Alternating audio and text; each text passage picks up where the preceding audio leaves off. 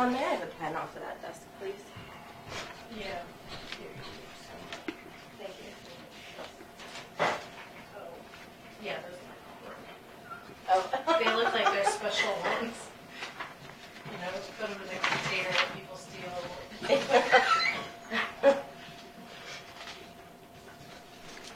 All right, I'll call the meeting to order, February 4th, 2019, Lincoln County Board of County Commissioners. The flag's gone. There's a little one over there. Would you like to join me in the Pledge of Allegiance? Oh, I'm assuming that's... There's a little one right there. I pledge allegiance to the flag of the United States of America and to the republic for which it stands, one nation, under God, indivisible, with liberty and justice for all. Thank you.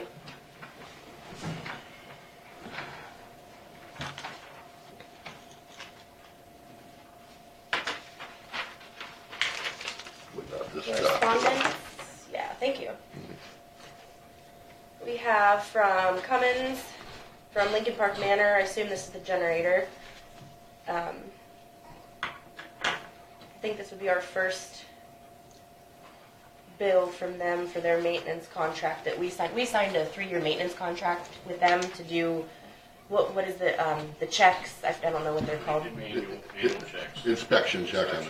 Yeah. Cummins, that's what that is, a Cummins diesel motor? Yep.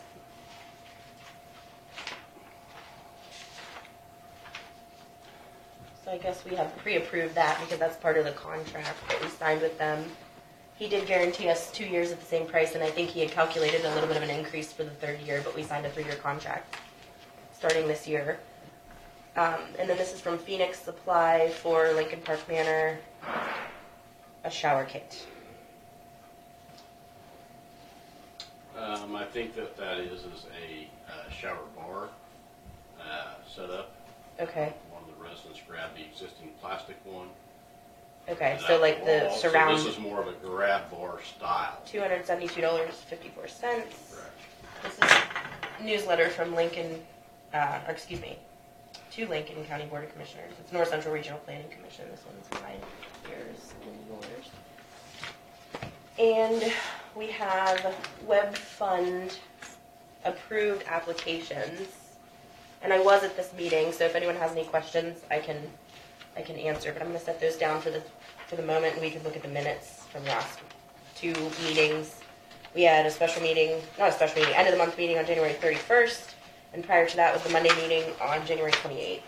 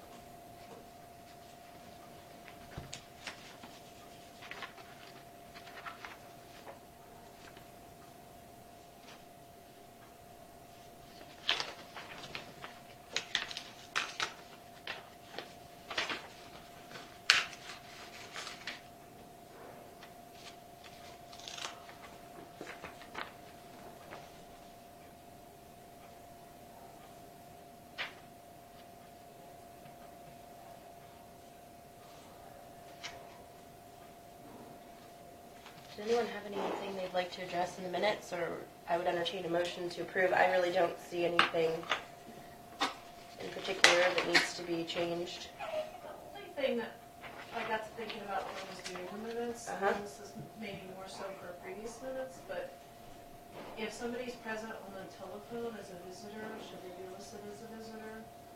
I put them in this time, but I don't think I have in the past, so. Because like your attorney, Eric Gotti and Charles Hay, I don't think I've put them down in the past. I think you did, because it said in the previous in the previous sessions it would say for discussion with Attorney Hay, and that's because they were on the phone. They've never been here. I just don't think I've ever put them up above. Oh, I don't think that's necessary. And so I did this time as I was doing it, but I just don't know if I'm who's should or should not.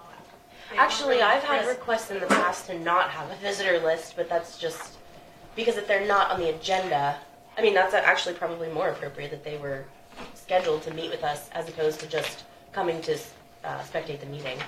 I don't know. How do you feel about that? I've actually had people request not to keep a tally or a list of those who attend the commission meeting unless they're here to address us.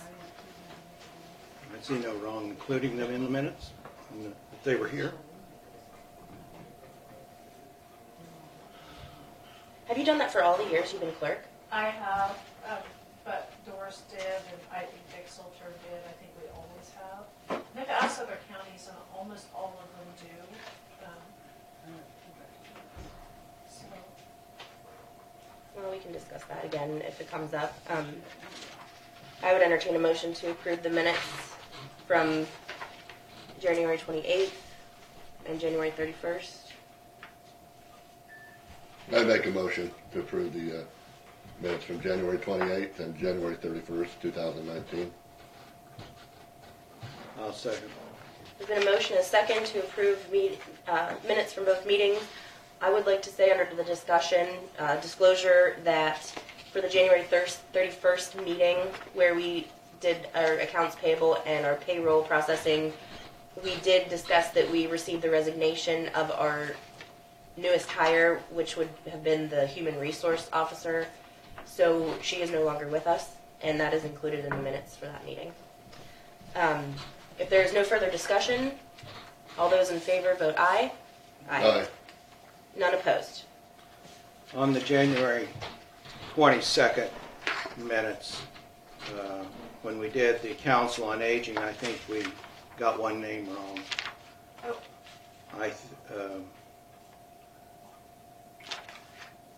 I think it should have been Judy Ahlvers instead of Charlene Watson. Charlene is in the middle of a term the way the stuff looks. Yes, we These do. would be going off in 2020. They'd be Nancy, would be Judy Ahlvers, Nancy Nitch, and Robert Lovelace. So Charlene Watson was included in that instead of Judy Ahlvers. Probably need to make that correction.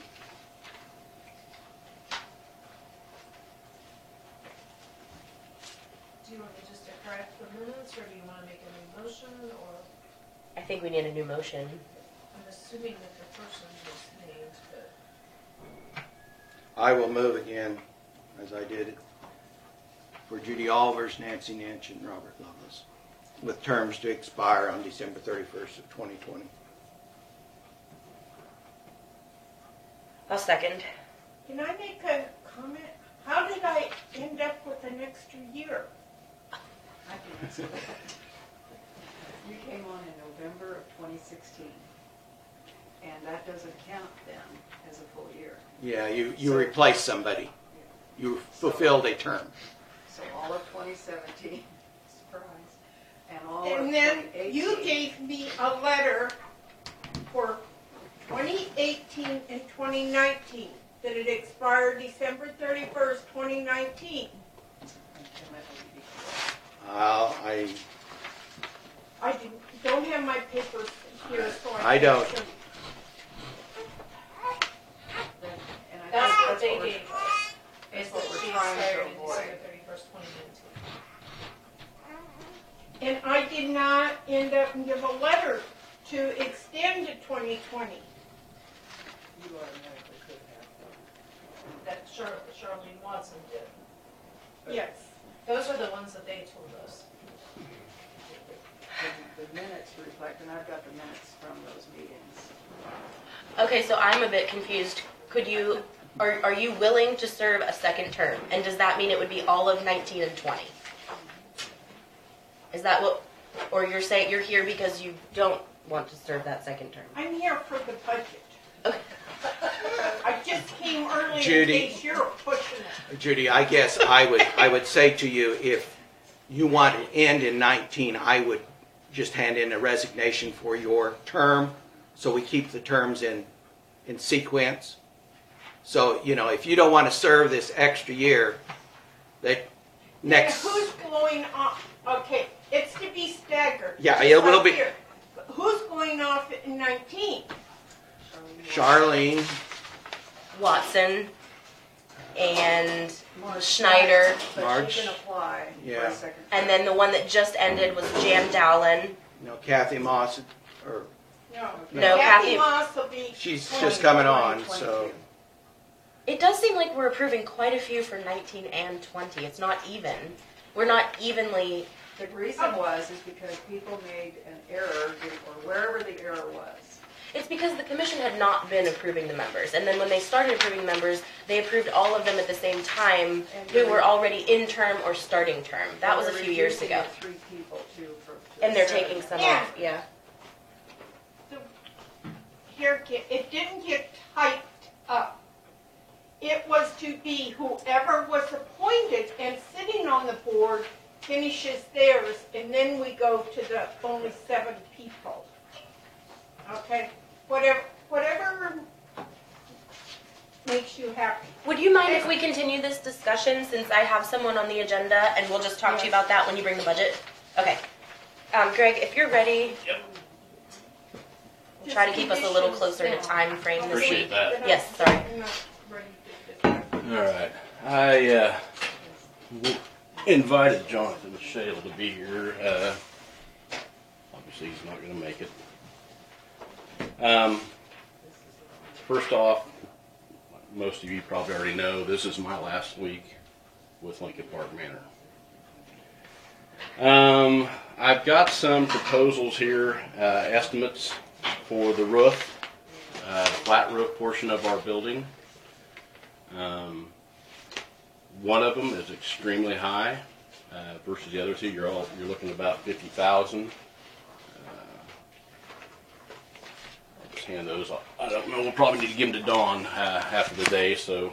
Have you spoken with K-Camp or? Yes, Okay. I've been dealing with Jess. One thing I'm going to tell you is because of the large difference in the estimates, I did visit with Jess, forwarded him all these estimates, and so he could make heads or tails out of this. That was Friday. Jess called me back this morning, and what he had to say is, being as this job will be tied in with the West Hall and assisted living that we did over the summer, re-roofing the asphalt shingles. What do you mean by tied in? Tied in meaning that it was the same storm that caused the hail damage on that roof. So why was that not part of the initial claim? Well, I can explain that because I was up on the roof when he was doing the asphalt shingles, and there was no sign of hail damage at that time. Just talking with these guys that do this kind of roofing, he said that's normal. Generally on those membrane roofs, when a hailstone impacts those, it actually comes from the bottom of the membrane up to show your damage. Once you have some thermal differences, hot to cold, blah, blah, blah, that's when they start exposing themselves, and it's obvious that, yes, you do have hail damage on it. That's why we had the wonderful leak this. Anyway, visiting with him, Jess is going to probably end up forwarding these estimates to CRL. They will probably, in return, get back with him as far as what they're going to spend on this. You found it, didn't you? From his explanation, it's a $250,000 job in combination with Ellsworth. I guess Ellsworth County and Lincoln County is tied together. So that's why I wanted to bring CRL into this. They may send another adjuster out, possibly. He doubted it, but they might bring one of their own out. Are you having a leak? Is that what I Yes, heard? we were having roof leaks, yes. And just out of curiosity, Geisler, Bird, and Ray are your bids. Is there a reason that Uhl isn't in here? I'm only asking that because they got the bid the last time, correct? Yeah. The reason I didn't contact you, he did all the asphalt shingles. I don't know that he has a lot of experience with this membrane. Okay. The one that says Baird was originally S&S, the guys that originally installed that roof, but S&S is looking to retire. So Baird or Bird Construction will be the ones that are buying him out. And they have a lot of experience, full-time employees, bonded, all that too, so I checked into that. It's not a fly-by-night thing. Geisler, he's been in business for a long time, and Ray, I've heard of them before on other jobs. They do it. In fact, Ray Construction, your high bid there, takes care of a lot of schools. I know he's got a job in Tescott, Minneapolis. Oh, by the way, the rock that I was wanting for the front of the nursing home has been sitting in landscape fabric for years now. He did mention when they tear off the roofing, I think at Tescott, it's a lot of brown round stone. He'd send a couple trucks this way, drop it off in the parking lot, so whoever wants to wheelbarrow it in there and fill that back in and make it look attractive again should be able to do that with him. So I'd just like to point out in these estimates,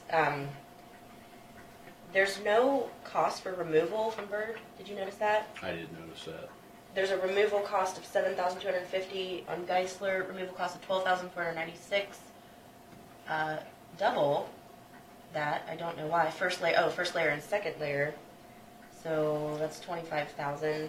And there's not that from Bird. And then the difference in the materials, 50 mil TPO membrane, $47,125 from Geisler. TPO without a mil listed for the membrane, $45,000 from Bird, and then 45 mil. The other one was 50. $41,180 from Ray. And if you look at Geisler down there too, he did increase. If you guys wanted to jump up to I think it was a 60 mil. There's a little thing down at the bottom talking Add about it. $3,625. Correct. A heavier deal is going to give you more warranty.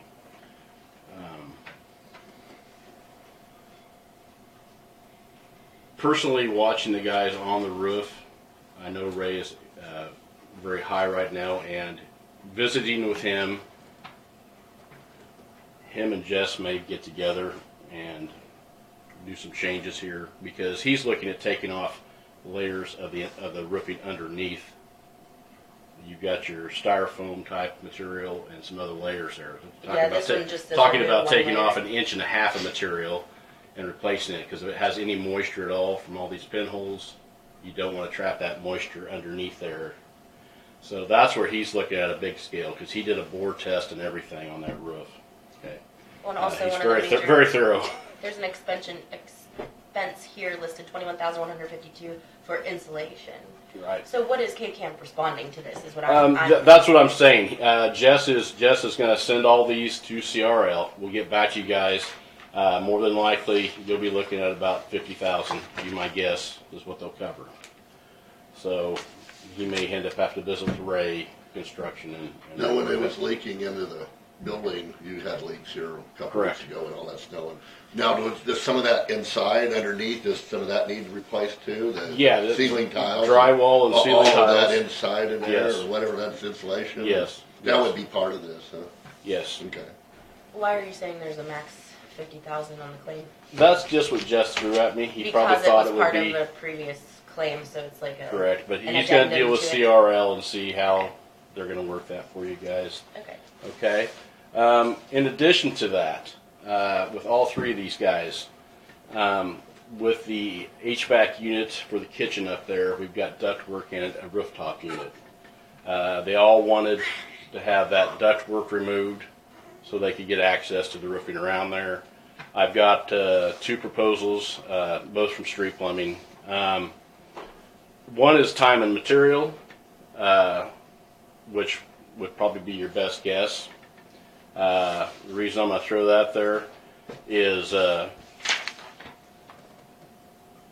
the contractor that does the vent cleaning likes to use that ductwork as a step, getting to look at it to the next level up. If that has any water damage inside on the insulation of that ductwork, you could have a possible mold issue.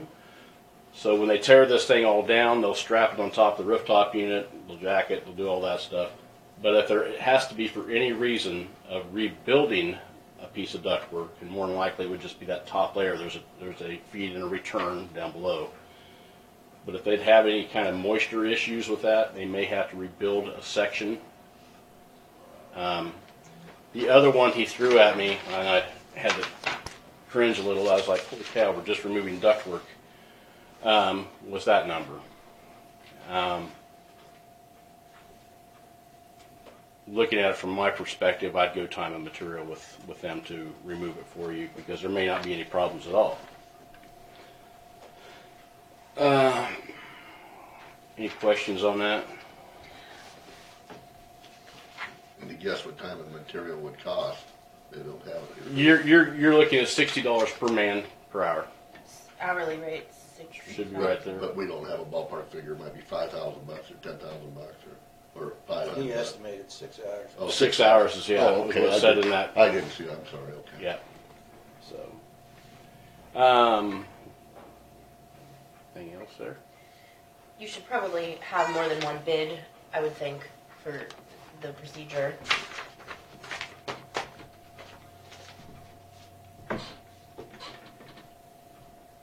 So who's replacing you? Anybody okay? Not really yet. No, sir. No. Jonathan Shale will be filling in for me. He's the housekeeper, and he'll be taking over my responsibilities. On this roof thing, I talked with Jess, explained things with him as well, that, hey, after today, or this week. So any information that he gets from CRL and all that, he's going to be contacting Dawn and keeping her in the loop as to what you guys need to do from that point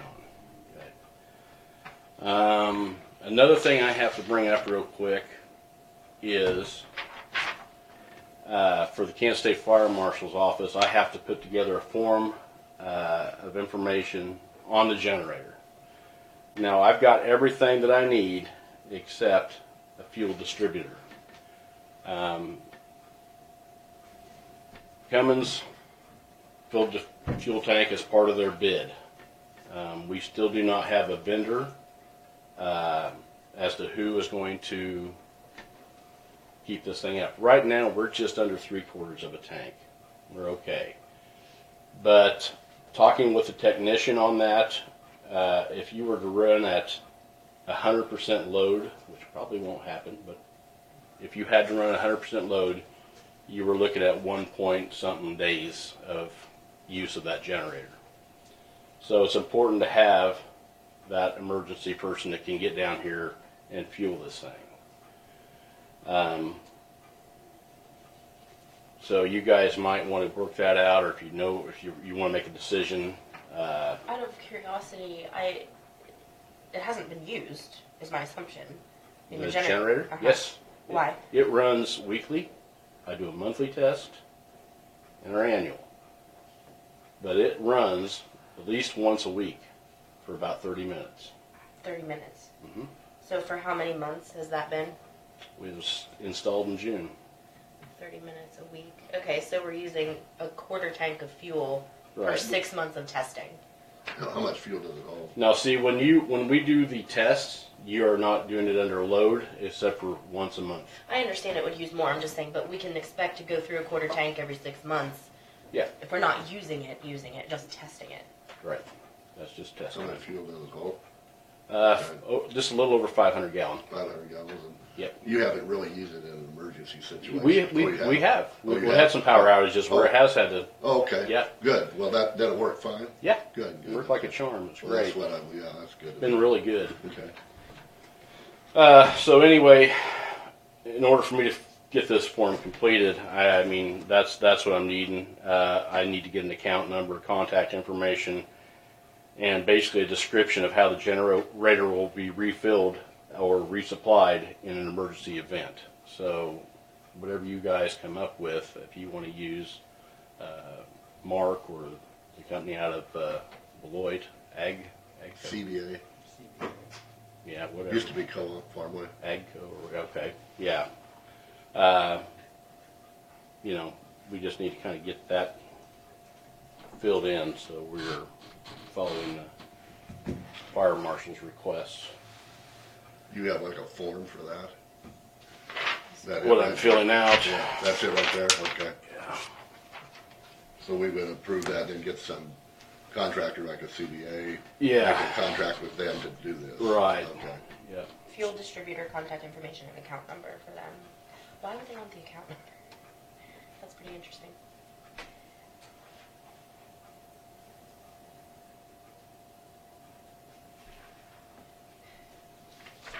I would say in the event of an emergency, that might be something that the emergency manager would be a great resource there to make sure that something like that happens. To have a point of contact in the courthouse. David? Mhm. No, yeah. Maybe he should be aware of all that anyway, or involved with it, yeah. My opinion. Unless that's not part of his title, I don't know. I guess it is kind of a fuel thing. I don't know. Maybe it is involved, yeah. He should know about it, but We don't have any Well, way in someone- the county to do that from our fuel supply tank. We do not have a way. does Mark take care of the highway department station? We do, we take bid, or they call around and see who has the best price. And I guess I would say, since Mark's a Lincoln County resident, that probably is who we ought to. And that way too. As a vendor, if- he's close.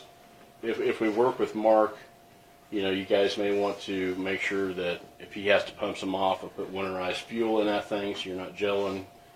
Monitoring, you know, Cummins is going to be taking care of your fuel test, so you know if you've got water, bacteria, any of that stuff. But that way he can pump it off and keep you guys up to par, keep that machine running the way it should be. We would need to visit with him before we do that. Okay. But it sounds to me like what you're saying is in the event of an emergency, you're going to suck that fuel down in a day. So you need to have someone If you're who's running at 100% available load. to call and actually schedule that fuel supply. So at that time, you don't really need to, you can have a vendor listed, but at that time, it's a state of an emergency. You're going to look for someone Right. who's immediately available. And what that falls on, Miss Blue, is going to be the person doing maintenance. That would fall on my shoulders if I was still there to be doing the weekly test, knowing where that fuel level's at. Right, but since we pay for it, it falls on our shoulders. Right. And I'm saying we need to have a point of contact here, which cannot be the commission because we're here once a week. Correct. So I would say that that might be a great thing to have the responsibility of an emergency title, which is the emergency manager, in my opinion. But we can discuss that further. Okay. And I will. Somebody needs to do it, bottom line, right? Correct. Yeah. And at that time, I mean, if someone's unavailable with whom you have an account, you call the next person. It's not like you have to have a setup where that's the only supplier. Yeah. I mean, that undermines the whole concept of it being an I emergency. think the fire marshal just wants to see that Right. you have a dead You have plan, that this established guy someone. knows that he is going to be maintaining this. For Right, and if fuel. he's on an emergency for someone else, then he won't be available for us. So you want to have someone Possible. that's going to make those calls and find someone to get here as soon Right. as possible. Right, And there's correct. more than one option. And I So. think it may be good just to list all three of them, our vendors that we use. Excellent idea. You know, list him, list them. Mhm. And you're right, we need somebody that's going to make that call, and I assume it'll have to be from the nursing home, because they're the ones that are gonna know it. And we can all use Martin, but I don't, what Martin's name is now, but it's not Martin. No, Martin will. Yeah. No, they've We changed use them. too. Yeah. So I give you three, and I guess I might leave the account number blank. Doesn't Yeah. seem You know, necessary. You could, if we put Yeah. down two or three different accounts, Yeah, I would just I would put- say so too. Yeah, I would put It's to prove that we have a plan in place. Yeah. I understand. It's the Correct. validity of being able to service that item. Right. This is just so we're aware that we're going to have to use fuel. Right. Do we need a motion, Don, to have him put those names in, or can we just instruct him to? I don't think so. I think you could just make the list, and because we're not approving any contract or payment to anyone, so. Michael would know for sure who the three are. Those are the three we use. Okay. Basically. Mark, Mark, Agco, and Agco, and Martin down there. It's not Martin anymore. BNS or Yeah, well, I can't, yeah. But, Martin, but he knows what the names of them are. okay, I'll get with Yeah, with just get with him. See who he calls for fuel. Did you have anything else, Greg? Not really. Just like I said, as I'm on my way out, and I know you guys are in a big thing with getting this all figured out, nursing homes business. Just a reminder of unfinished projects. We still have the window projects and door projects. I'd kind of like to know where you guys are at with that. Who's overseeing that now? The doors. The fire doors? Haven't heard a word. Right. We have not discussed it. I actually brought it up to Eric Johnson. Okay. It's Eric, isn't it? Eric. I would still like to request that he provide us the maps and the blueprints that he created for $70,000 that we haven't seen. I don't see why we can't use that as a starting point. And you're saying this is a fire marshal request to see that rating of every wall around every door before those doors are installed. But my confusion is, if the bid was for the prime door for every entranceway and we approved it, why did it not get done regardless of the ratings of the walls and the ceiling? Every entrance door? No. Every fire door. Every fire door, excuse Okay. me. I was going to say, in the original, when we started this, I only replaced one entrance door, and that's our ambulance door because it's terrible. Yeah, I have to agree with you a little bit on this, Alexis. My thing was, why can't we just go with the highest fire rated doors? I thought that's what we approved. That was my But assumption. the door company themselves has regulations from the fire marshal. They want to know all this and make sure that wall where these doors are located are up to snuff. So then how could they approve a bid to send to us for approval without knowing that in the first place? I mean, there's some kind of ring around the rosy here that is not kosher. And there is. And it may be something What is the that name you of guys... that door company? Oh, Lord. You guys probably have it now. I handed have it to somewhere, Terry. but, okay. Yeah, Terry was overseeing. It was Overhead Door Company was the main... Overhead? Yes. Okay. Yeah, you guys might want to shop around again for this. Weren't they part of, was that separate from the project bidding totally? Or was that? That's a separate deal, yes. Okay. Okay. Yep. That was a fire marshal thing that was brought up, not a construction thing. Okay. Well, thank you for bringing that to our attention. We do need to follow up on that. And I think we need to start with the architect engineering firm that was to provide us the plans. I mean, I don't see why between their plans and the door company, you'd think they've both done this before. Why should the commission we have no ability to have any say in that other than to approve the price. Correct. So, okay, well, thank you. I'm going to keep moving along here. Good luck to you. Yeah, thank you. And hey, Randy, if you, we visited. Yeah. If you want to try to visit, any of you guys want to stop by and visit me, look things This over. week? I will, I'll come I'll do it by. before Wednesday. I'll call you this, I'm gonna be okay. busy loading things up and getting out of there, so. Okay, I'll try to, yeah, and you can show me around. All right, thank you. Thanks. Thank you. Judy, are you ready?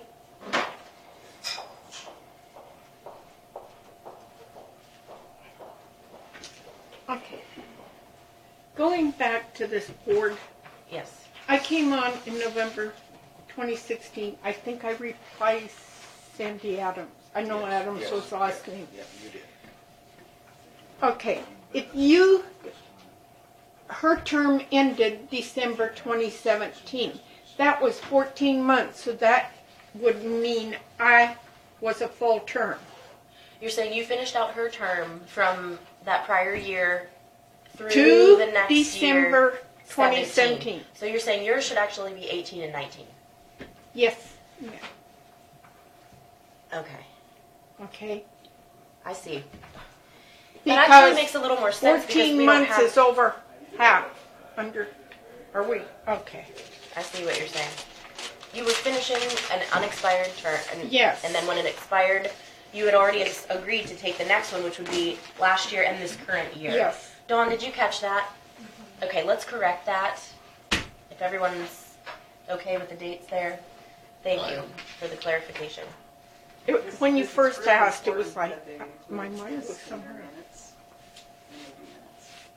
Well, that is important because we don't really have anyone else going off. Well, first term ends would be Schneider, Ahlvers, and then Watson. So then the other ones would end in 2020. So there we have a staggering of the next year. That's good. Okay. Okay. Thank you. Now,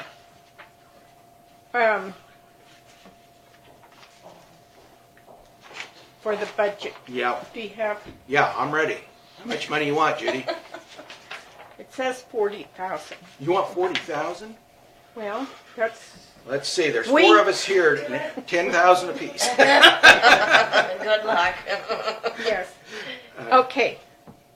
And it was finally explained to me why you suddenly wanted, because I'm thinking springtime is when we put budget.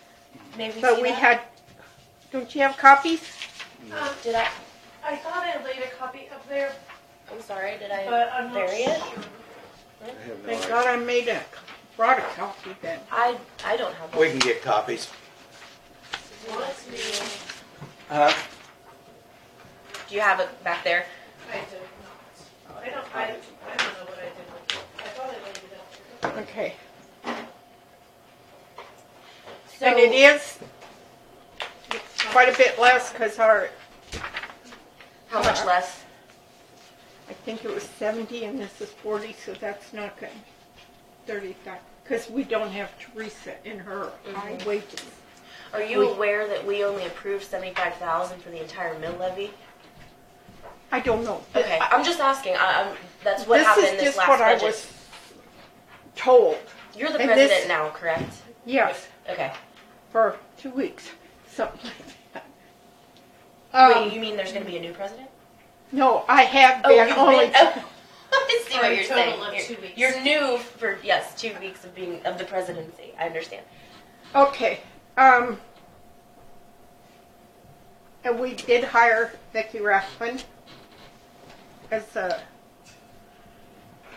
as you know, a coordinator, but we're going to change the name to manager. So you did that at your last meeting, Yes. and did you guys approve the budget as a group at your last meeting? No, we had a meeting. We had the meeting on a Tuesday, and on Thursday we all met and Okay, so discussed. you had a special meeting for your budget. Yes.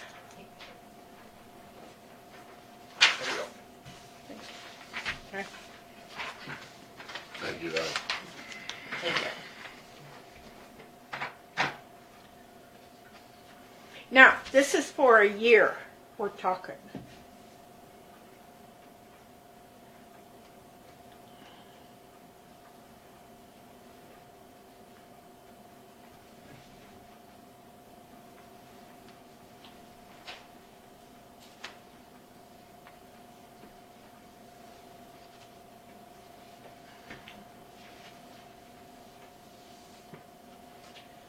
I'll just go through it.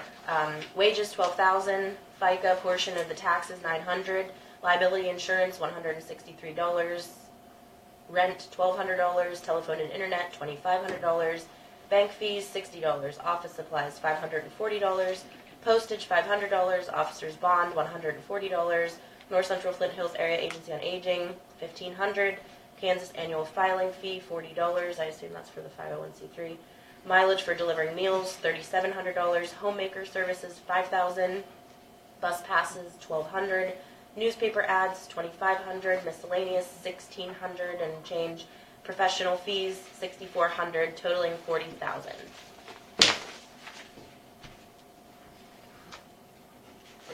So my first question is, we had a lot of discussion last year about how much was in the Lincoln County Council on Aging savings. And it was my understanding that when the previous employee left, the council was still paying for several months for the health insurance plan because it was on a direct Yeah, nobody direct knew. payment. Okay, so You had We several thought months it of had that. been canceled, Mhm. and it was. And then it's my understanding, just from speaking to a few people on the board, I have not been to the meeting and asked, that no one really knows. So do you know what's in your bank that's left from what the commission has given you over previous years? Because I know you had quite a savings built up. Okay, we cashed in a CD, which was 20,000, and right now I think there's approximately 9,000 in the checking account, and there's still one CD for 20. It was kind of up in the air. So you had 2 CDs for 20, and then you had 9 in your checking. Am I saying that? Right now, no, that's not what we had. That's what we have now, because we cashed in the one 20,000 and put, because we paid Sylvan 4,000 and we didn't have the money to cover the check, so we cashed in the CD for their part of what. So out of the 20 out of the CD that was 20, you distributed 4, and then you put the 16. It's in there, and all of, also, I think out of that there was the check, because I was told that we were overdrawn, Teresa's final check. So anyway, that 20,000 was put in to do all that. Well, I won't speak for the board. I'll just speak for myself. I think we need to see the financial documents from this group. And so I would say we should kind of table this discussion until you bring us some bank statements and some treasurer's reports, so that we know where we are with what we've already distributed to this group, what they've spent, and where you are currently with your funding request. Does that make sense? Yeah. Please object if you don't agree with that. All right. I think we need an accounting of how much cash is available. Okay, I can do that. For 4 months, there wasn't any treasurer's report. Jan just read off what checks But there she should be wrote. bank statements for every It would be month. all we need to know is the bank. Well, how much is in the bank? How much? Okay. How much do you have in CDs? How much do you have in savings? How much do you have in checking? Just give us that amount of money so we know what you have to operate on and what we'll give you. I do not think your budget is out of line, but we do not want to pour in a bunch of money that we don't Okay. need to. And real quick, this professional piece. We have hired Jeannie Kringle to help do a lot of this with payroll, since Becky's been, and how you take out all the, okay. She's doing the accounting services, basically. Yes.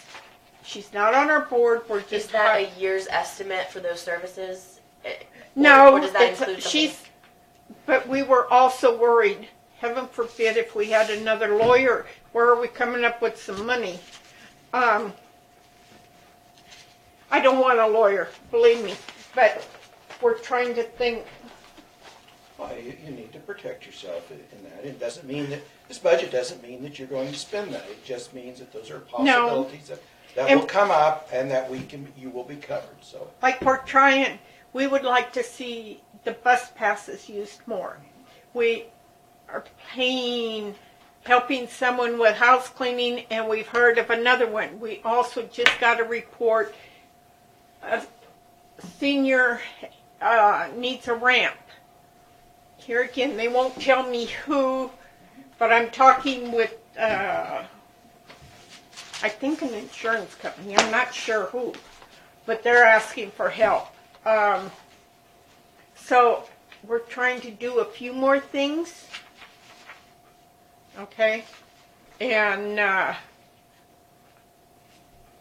we also done a bylaws, but it isn't printed up yet. Our secretary had an emergency. Her husband is very bad, so that didn't get typed up for me to bring today. Okay, next week, I'll bring in, find all these bank statements. I will reiterate one thing that it doesn't sound like you knew, and maybe you could take that back to the board. We approved we have 2 mills that we can possibly tax for, and it's called services for the elderly. And out of that 2 mills for the last several years, including this 2019 year, we have approved a flat dollar amount of $75,000. So just so you're aware of all the groups that may be coming to us for senior services money, that's the total distribution dollar amount that we have budgeted. So, and here again, I'm kind of lost. I thought it was just to carry us, but this is for a full year. Okay. This is I your new understand. budget. This is different than the one they turned in This is when what- we were this doing is- our budget. Basically, what you're saying is you want $40,000 from our 2 mills to run the Council on Aging for this year. And Yes. that's understood. Yeah, I understand. So, anyway. Any other thing? Thank you. I think Okay. we understand. Yep. I'll get this to you. Okay, thanks. Thank you. Thank you. Have a good day. Doug and Kelly, if you're ready, thank you for waiting. You were squeezing us in. 15 minutes never seems to be enough. Well, there's a lot that you may have thoughts on, but I wanted to give this to Randy. He's seeing a newsletter right there. Okay. And this, since I'm here, is very handy. Kelly had, she participated in a board meeting last Thursday by Zoom, and this is to go out to all the counties. This is a standard, every 5 years we ask for this from counties, a resolution of, I call it, involvement support in North Central Regional Planning Commission. And to give that even a little bit more dessert, let's say, that's the, but here is what I would call the vision document of what North Central is all about, which we don't have to talk about it today, you don't have to look at it, so. But it's something to contemplate in the not too distant future. And I should have 3 of these, so. But as you've entrusted Kelly in the board realm, she has seen it. She's probably even memorized it. Oh, yes, I have. She's seen it. I study it at night. She knows what we get involved with. But the resolution can be adopted any of the next 3 Mondays. That's fine. And we just ask for that back so we can send it off to the federal government, assuming there'll be an operation after February 15th or 17th. But we don't have to have it to them until, with all of the other county resolutions, until mid-March. So that's my Budinsky. Okay. Well, I guess as a follow-up to last week, we were talking about the courthouse repairs, and the Kansas Historical Society has a grant, a Historic Preservation Fund grant, that can do assessment planning type work for historic properties. And so sometime a year ago, I don't really remember when, but we had talked about the need to improve the steps. There's issues there. And then last week I kind of mentioned, do we want to just focus on the steps, or is there anything else that you want to fold into a project? The project being to do an assessment of what the building needs. And so the question from last week was, in terms of applying for the grant, who would do that? And you asked me to ask Doug, and so I've asked Doug, and now he's here. So I thought we could answer those questions and just see how you guys want to move forward, if you want to do a project this year, or where do we go from here? So the grant, what we're wanting to know is, does North Central Kansas write the grant? Well, we will definitely help in that. I call it kind of the planning process. Yeah. Okay. We will participate because she'll likely be that main contact to be involved. So yes. Okay. So, and I guess for my own clarification, does that mean you're writing the grant and I'm feeding you information? Yes. Or I'm writing the grant and you're feeding me information? or The former. the former? The first okay. one. That's That better we for will me. feed you the Yeah, information. feed me.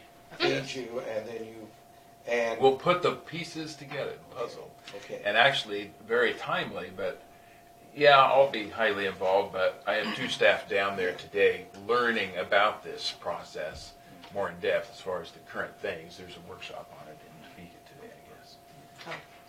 Oh. So, So, do you think we ought to do a total assessment, or do you think we ought to break it into projects? We know that the front steps is probably one of the major things that needs to be done immediately. You Do know- we do an assessment of just the steps, or do we find out what the total need of this building is, and then we will take those projects, and then we'll have the assessments done for all the things that need done, and then we can apply as we move along, or? from my perspective, you probably have multiple shots, but really an initial overarching or comprehensive review would be good. Just go with it for now and see what you can take at a small bite at a time. But to have a look at things, your angle, it sounds like, is prioritizing with step issues. But there may be something else in the Yeah. not too distant future that, well, you might have thought, especially since the extension office over there is getting emptied or things like that, well, might as well look at that and see if there's issues to And contemplate. there's always the chance that is a major problem. And that expert might be a pretty good person to tap into for these things, so I think it's worthwhile looking at the comprehensive perspective. Were you here when they redid the walls in the economic development room? Yes, I was. And was that covered with something like this prior? Yeah. Way back when, I'll go back to when Shirley Jones was a county commissioner, but we had a Heritage Trust Fund project, and we also helped the county with a block grant to install the elevator. Historical Society came out to review, comment. They said, clean that all up. They said and it was already buckling in those days, and that was about 1989, 90, 91, someplace in those days. And I It have looks some concern really that nice. if we are barricading in moisture with these interior layers of paneling and such, that's probably going to be an issue when someone does a full spectrum analysis. now, ideally, but that was 20 years ago, I can't say that Don was on board as assistant county or deputy county clerk, but the drainage project that took place helped move moisture. Certainly it's not wet in the furnace room like it used to be every day. And taking a clay tile system and moving moisture away was the big part of that. But it still is there in spots. I hope it's not as bad as it was. So do you think this assessment will be the inside or just the outside? Or do we do both, or? Well, my thought would be, I guess it kind of depends on just how much you want to tackle and what's your budget. If I may interject, I think it needs to be structural. I think that's, if we get into everything, you can always update electricity. You can do that every 2 years. You can always update your furnace system. I mean, those are things that are never-ending projects that I think if we focus on structurally what needs to be done, that's been several decades of deterioration. And it's likely something that's historic in nature, because that's what they want to preserve. They Right. being the state, but you want to preserve the structure, but that's usually something historic in nature. I guess I wasn't thinking of electrical and stuff like that. I was thinking of the walls and the configuration of the rooms and making sure that the windows, do they need to be redone? I mean, we can't replace them, but they're of historical significance. Is there some damage being done that we need to do those? That probably comes under the painting, doesn't it? Aren't they wooden framed? At least on the outside of the painting, I would Yeah. assume. At least what that assessment or that cost estimate that I had I gave to you guys last week was mostly just painting the windows and stuff like that, but not necessarily looking at the condition of the Like windows. reglazing them or something. Right. So that really wasn't into that. Although that's Historical Probably a good Society would be project. supportive of that. They like to see that. Now, if we do get funding due, that you get grants, what percentage would be a grant? Would we have to match a certain amount? It depends on the program. Heritage Trust Fund is well, let's say it's 80-20, Yep. roughly, something like that. But it's maximum of $90,000. A lot of applicants are in the 60, 70,000. It just depends on the total cost and where things are at. But you can also phase things. Yeah.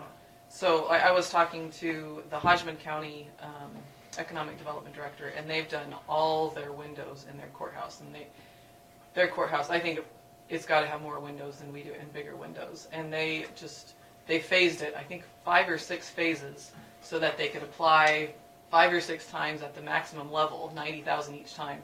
But it was like one floor was one phase. The next year they did another Yearly, floor. they were. So that they've got probably $500,000 worth of grants for Is that. Heritage Trust strictly historical? Is it? It's a Like- historical facility, either on the state register or the national register, Okay. either one. Yeah. And in that case that Kelly was talking about, Hodgman County, the county had approached that in the 90s with the drainage project. Associated Elevator was starting to move things, stir that up. But then also tuck pointing was done as part of another project right behind it. And yeah, that's been 20 years ago, but a lot of tuck pointing should last for quite a few years. My personal feeling is we move on. We try. Mhm. I think we. Well, I guess try, but what exactly is the scope of what we tried for? Are we talking the steps and masonry issues, or do we do a bigger preservation plan where we're looking at masonry, windows, and I think the I'm not assessment sure. includes all, but I think when we get down to specifics, we'll be doing, as he said, pieces of it, Okay. so we can maximize it. But Hodgman County like. yeah, Okay, all right.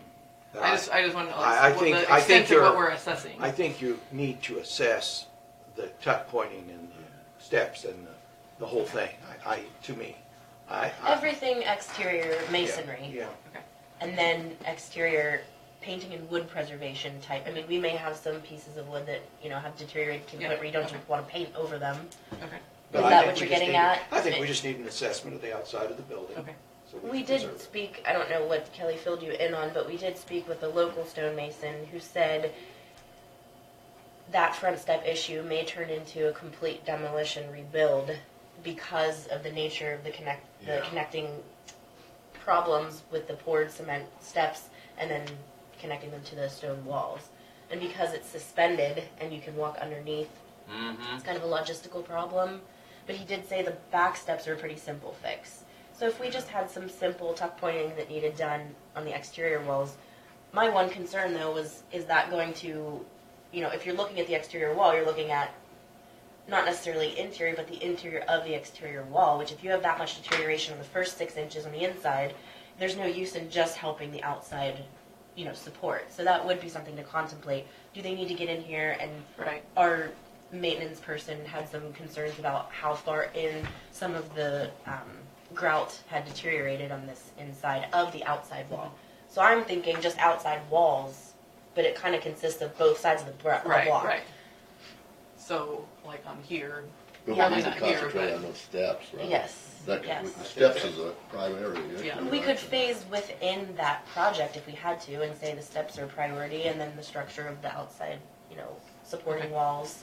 And then the painting and refinishing of, okay, window frames and the tower, etc. yeah, okay. Doug, do you have a suggestion that we should do it all in one big package like that, or what? I agree with the concept of those 3 primary areas with some sub-emphasis, but it sounds good. And just knowing the building some, those all have value. Historical Society would care about them. She knows historic preservation pretty well too, so. I would say so the grant that's coming up is the name of the grant is the Historic Preservation Fund grant. And so that's due in March. You do the assessment of it, but the actual work, whatever comes out of that, then in November is the Heritage Trust Fund grant application is due. And then you take whatever pieces out of that and you say, okay, we're going to apply for the steps this year, we're going to apply for paint and windows next year, we're going to apply, you can kind of, It's more of the Phase that. implementation Yeah. side, the construction. Did you happen to see or discuss the initial preliminary bid that she got for the assessment part of it? Not in depth. We Okay, talked what was the total on that? I was just wondering if it was in the ballpark of what you thought was acceptable. I'm sure they're all different, Yeah, but it just. If we're adding more to that, because they were just looking at the steps and Steps paint. itself. So if we're asking them to look interior stuff, and if you want them to look maybe at the you can windows, just then- rework those numbers for Yeah. us, and we can Okay. just keep us abreast. And now, is there going to be a fee from North Central Regional Planning? Nope, it's part of our doings. If we were doing, which we talked about, a capital improvement plan over 4, 5, 6 meetings, or if we weren't really qualified to do this entrepreneurship program, we can support it, obviously, with some tax credit money, but if we were doing that over a series of nights, that would be something. But no, this is right in the bailiwick of, well, what you see on that vision and objectives statements, those 5 pages. All right. Well, thank you for that. We appreciate your help. So do you know what we want you to do now? Well, I think so. Was it But they'll be- consensus? I'm not sure I do know what we would. I think what I think we'll do is we'll maybe try and type up just a scope or something like that, Okay. and maybe get that back to you just one last time before it goes into a grant application. So you kind of know it's a 60-40, 60% grant, 40% match. So what you guys are committing to in that application. So Okay. you'll see something before it goes to anywhere, and then will have a chance to edit or go from there. So. Are you still planning on utilizing John Paul to maybe collect some data and documentation? Yeah, I think so it that would be he's good to have him aware of it? involved in anything from an educational perspective, what these grants can do, and because he sees more of this stuff than any of us. So Right. for him to be familiar with it and kind of always have it on his radar of where we can tap into grant funding. And you're not alone. Almost any courthouse that's 100 years old or 120 years old is doing some Facing the same. moving and changing and has issues. Adapting. Yeah, Washington County Courthouse is only about 90 years old, but it has some issues, big time issues down below. So extension there is, well, they're taking things off the wall. They had sheetrock or they had some other wall materials, and it's coming off. So. Thank you very much. Yep, thank you. You guys have a good day. Okay, next we have Michael O'Hare, Highway Department.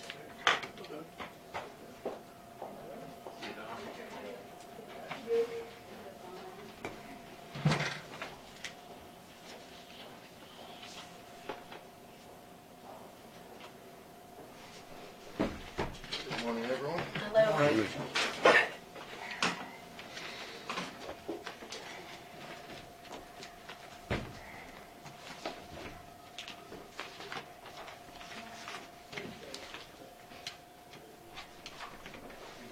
Update on OS 87. KDOT did approve the erosion control plan. They're back to work. They got the false wood piles drove. They got riprap placed in spans 1 and 3. And as long as they continue to follow their plan, the KDOT's not necessarily going to give them any issues, I guess. So we're moving right along now. Had a follow-up phone call with Beverly Kissick this morning, and she's going to be getting me written confirmation that she is going to be fine with the closure of that road. I answered her questions there last week, and we did some discussion and got a few things on the same page. I also visited with her last week too. Okay. Excellent. Excuse me. OS 105, we've got a little bit of work done when the weather was nice there last week, and hopefully we can get some more done this week. Keep plugging away as we can here. That's pretty much all I have for this week.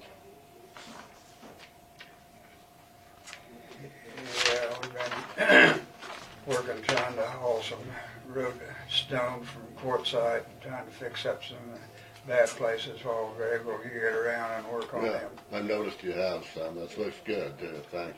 Yeah, most of it looks like it's working out pretty good, so I Good.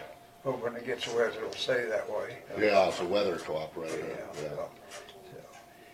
Yeah, we've been working pretty much this area out in here Yeah. last week. And Yeah. We got some up west there the week before, so Okay.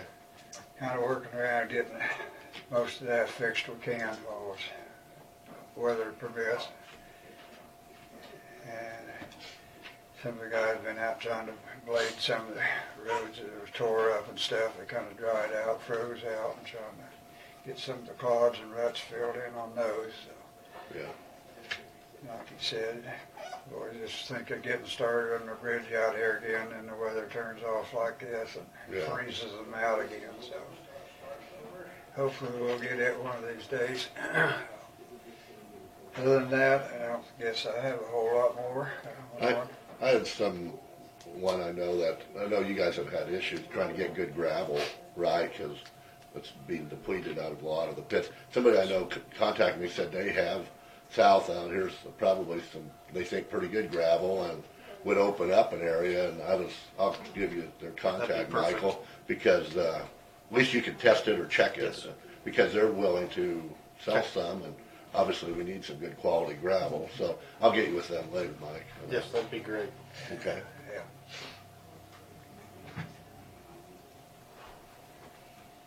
That's all I have. Do you have anything else specifically, Bob? No, nothing specifically. Okay, I had two things. I think the commission needs to give some direction as far as what we're gonna do to address the block gravel pit.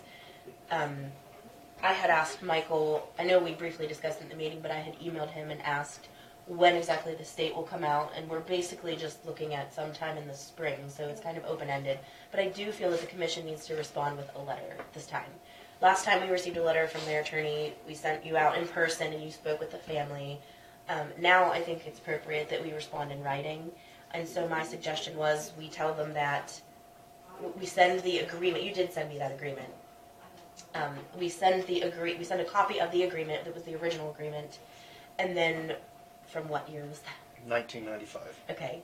The 1995 agreement, and also a statement that we intend to have it inspected by the state this spring. And that is pretty much the full extent of the capacity of what we do in this situation. Does that sound appropriate? Could we draft something like that, Dawn, for the commission to approve and sign? I will forward you you emailed that to me, correct? Yes, that's Yeah. correct. I will forward you that agreement. The other thing is, Bob, I was told that you were going to follow up on some complaints that I had written in. There was the road that comes from north of Denmark, and it kind of doglegs around and goes up past Bethany Church to the north. Uh-huh. That road, did you happen to take a look at that? I didn't get up there. I got part of it. I got out here by the landfill and a couple other places. Yeah, the landfill road was another. Yeah, I didn't get clear up there. What do you think's going on? Well, I know there's some issues in there. It's got kind of lost its crown, and they've got some low places in there. And I've been after them to try to work on it, but the weather conditions has kind of put a halt to doing what we really wanted to do, try to get some shoulders pulled off and kind of get some crown back into those places. And we'll probably try to haul a little material there here if we can, and try to work on that a little bit as weather conditions allow.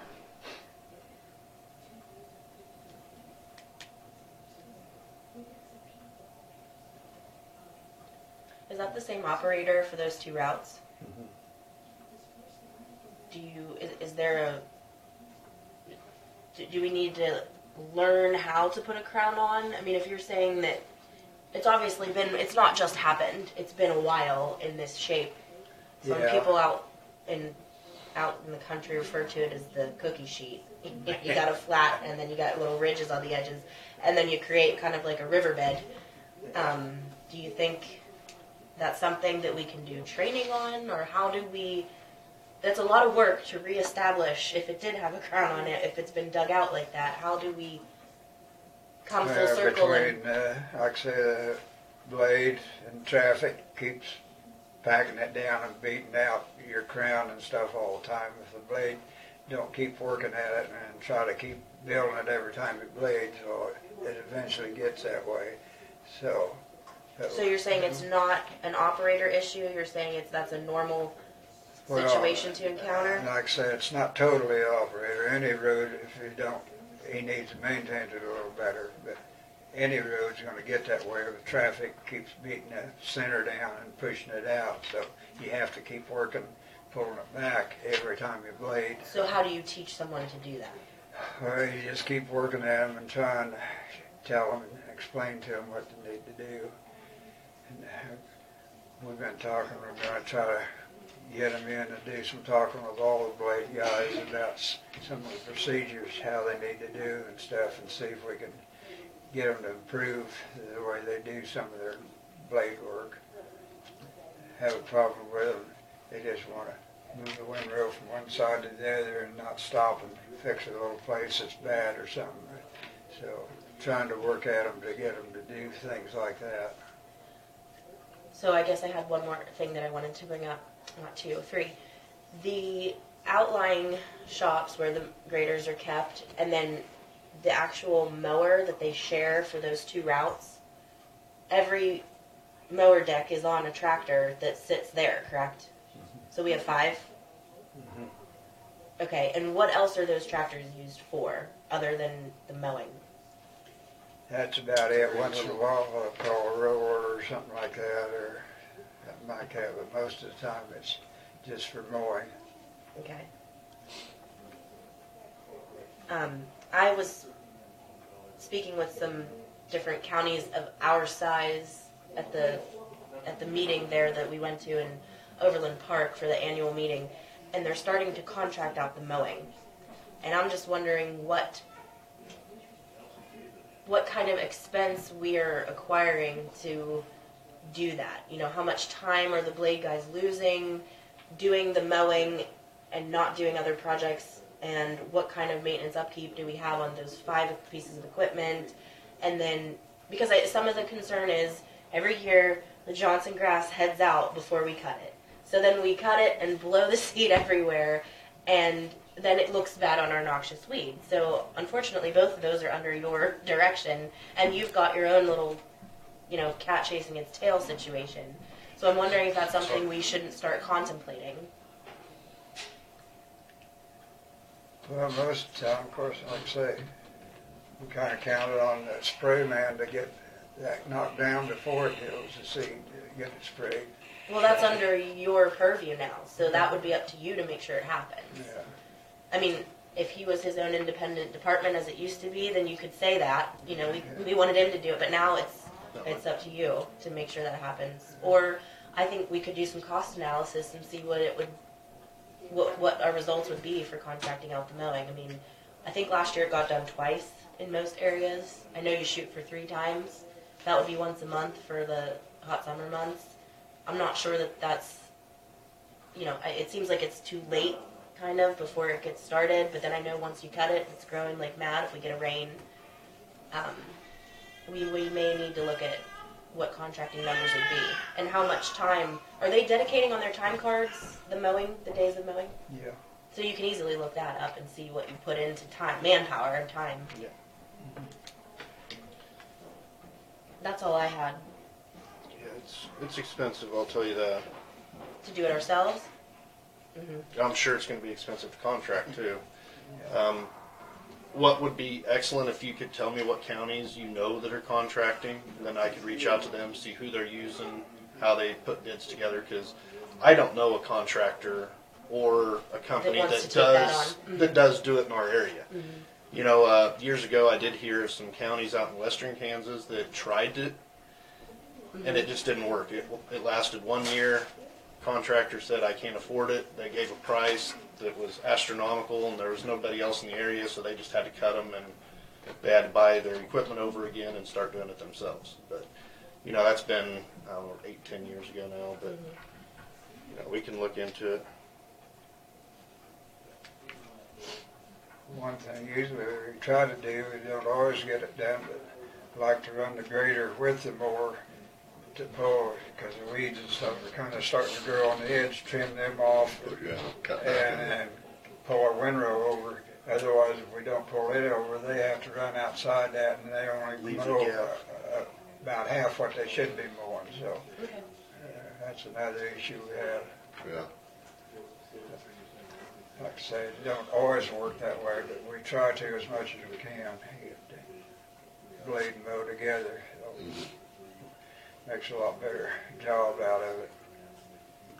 Michael, a question came up about buying the fuel that you get for the county. Do you put bids out like to different places like CBA and that place in Russell County for the fuel for your vehicles? Not currently. Oh. We have off and on over the years. We were just wondering because we were, paying the accounts and we was wondering, but there's no local county distributor, is there? So you have to go out of county to get fuel delivered. Is that right? Basically, yes.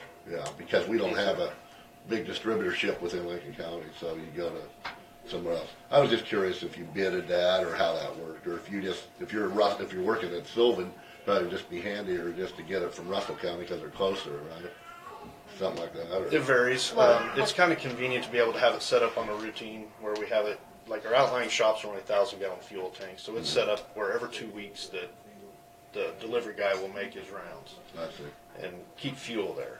So do you have a contract with them or a deal made with them? You just tell them to refill it or whatever. Yeah. I was talking to like some people. Maybe I don't know if we bid that, could we maybe save a little money? You think, or would it not be worthwhile? If you, in other words, bid say CBA or that place used to be George Martin Fuel, down by I-156. Yes, we used I to was use just wondering DNS, if we used to use CVA. we buy a lot of fuel, obviously, and spend a lot of money, and if we could save $5-10 grand, that's $5-10 grand. Now I don't know if that's feasible. You deal with that all the time, but I was just curious about that. I guess it's kind of hard to explain. We have done bids over the years where we've contracted. I can't say we ever made money. Well, Maybe Mr. broke Wallace even. this morning was under the impression that you were still doing bids. No, in I our- said you call around. And don't you Well, that's- price We've it. called around and got some Well, that's a shopping bid. prices. That's kind Yeah. of verbal But bidding. we don't do that every time. Once or twice a year, we'll see make sure that we're in check with what the markets are.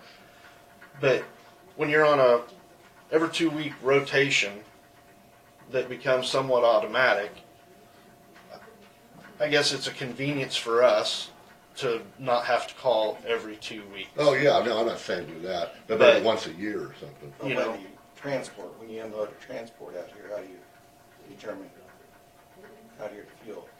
You're in Lincoln. We usually use the person that does our rural routes. So what we're saying is that the same vendor has been servicing the highway department for quite some time without competition. No, I think he just switched here, a year ago maybe? Well, We were using a different vendor. Yeah, and I'm just curious how you do it. And In the last 6 years, I believe we used CVA, DNS, and Home Oil in the last 5 years. If you guys would like us to do it a different way, just let me know and we can. Well, I was wondering if you could bid to say you want, I don't know how many gallons you use, 100,000 gallons or 50,000, whatever a year.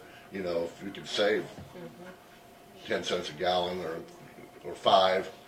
The last time we tried what I'm going to call contract, not bid price, because if you call in today, they're going to give you today's rack price.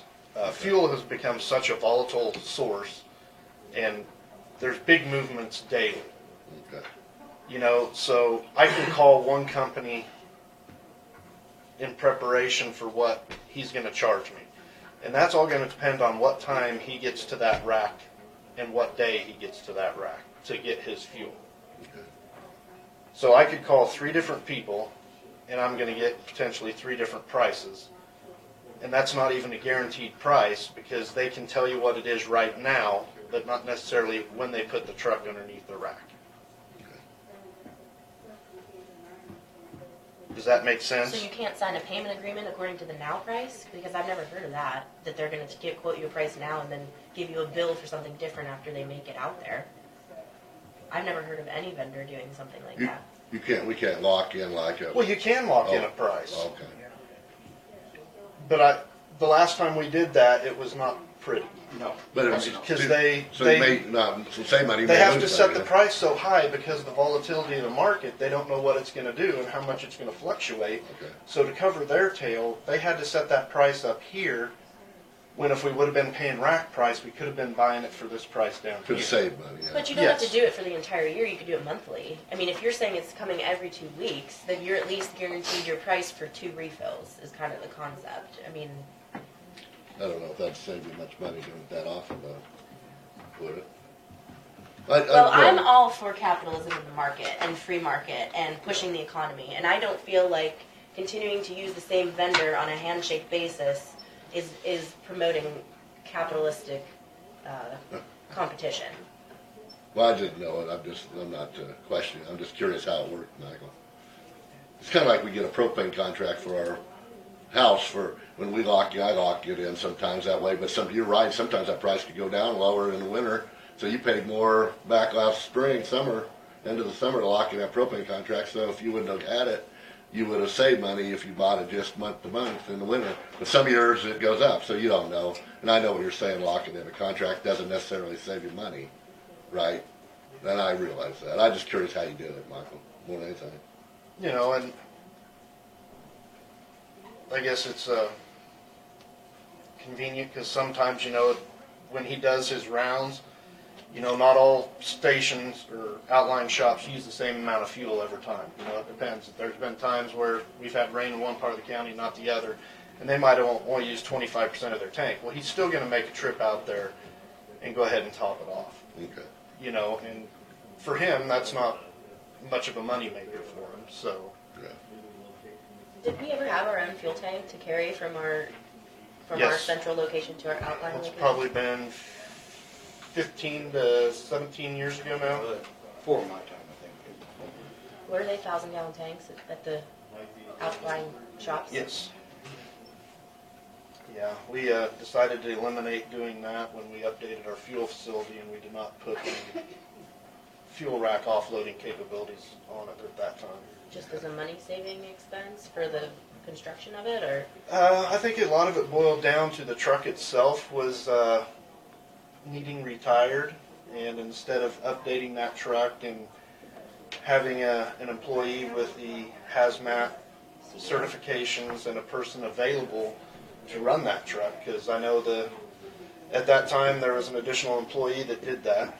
You know, he did nothing but tires and fuel delivery, and that's since been a position that's been eliminated. So. Okay, well, thanks for the explanation. Yeah. I'm gonna keep us moving. We're Yeah. still a little Thanks. behind, Is there any way I could get a 5-minute executive session? yeah, we can do that. Do you have a statement about what it is pertaining to, and then list the parties so that we can make the proper motion? Be a discussion with a non-elected employee. Okay, non-elected personnel, and what is it a discipline issue? Is it a, An inquiry. for inquiry to the board?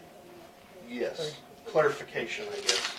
Job description? Yes. Job, okay, We'll do clarification of the job description.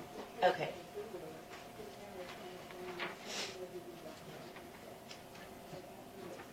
Dawn, I move to recess into executive session for 5 minutes for the purpose of discussing clarification of job description. And may I say performance? That way it's not just job description, because job description should be an open session. But may I just say job description and performance? I believe that. Because I think that pertains better, or applies. Dawn, for job description and performance pursuant to KSA 754319 2B. Number 1, to discuss personnel matters of non-elected personnel. Who's present? I would like myself, the 3 commissioners, and Dawn available. Okay, so with the county clerk, county board of commissioners, and the director of public works.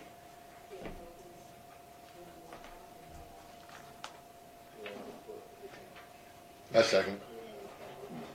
Is there any further discussion? Reconvene location. Oh, to reconvene in the basement meeting room of the courthouse at, I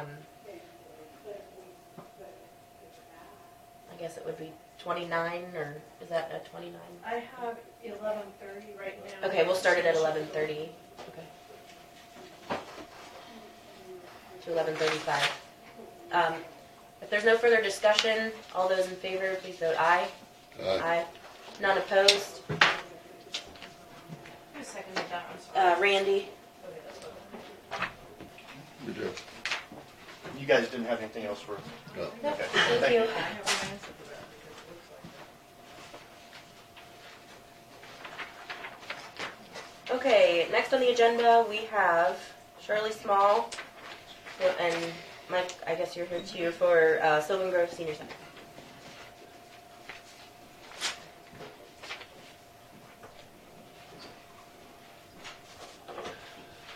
Good morning, Hello. Commissioner Lou, Lohman, and Wallace. We are here today in compliance with the request for a financial report for the end of the year for our senior center that was agreed upon earlier.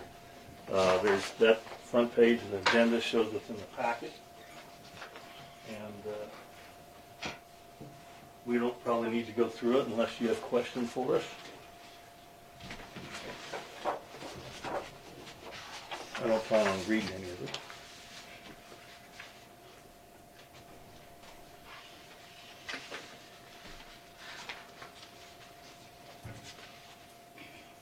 I will say also that Commissioner Wallace and Commissioner Flew have been to our senior center, and we invite Commissioner Lohman to come visit sometime. Yeah, I will, thanks. We're having our meeting in Potluck next Tuesday. If you're interested. Every second Tuesday of the month. What time? We eat at 12 and we have a meeting at 1. Tuesday at 12 next week. Yes, which would be exactly the 12th again. The 12th of Yeah, February. 12th of February. And if Okay. Eljo wants to come too, that would be great. Probably won't make it next Tuesday. I'll try to. Okay. Okay. Oh, And if it yeah. don't work, Yeah, just make a call. Yeah. We can meet you anytime. sure. Come in for coffee. We're there Monday, Wednesday, and Friday mornings for coffee from 8:30 to 9:30. And the report, financial report is all mill levy expenses, income expenses. Okay. And it is from QuickBooks as was recommended by the auditing firm. So with your net income that you have listed there, is that because of The net income, part of that is, that's for the year 2018 on this Yes. paper, but what it is retroactive Right. income from prior Prior. years. Right, mill yeah, levy this is collection calendar this year. Yeah, but Yes. this is your report for the Yeah. year of what you have Right. left in the bank. and also, one thing to keep in mind, the balance at the end, we do not have any insurance at this time, so there was no payment that's normally made in December. We're pursuing other venues of insurance. Okay. We're taking bids on insurance now. So there is no insurance expense. I think the only thing in there you'll find is the $100 treasurer's bond.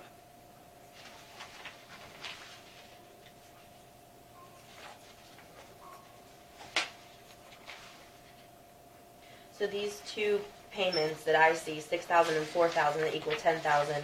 That was one from the commission because we wrote you a check for 6,000 that we had Right. withheld, and then the other one came from the Lincoln County Council on Aging, and that was from 2018. That's actually 2018. Because you guys, Okay.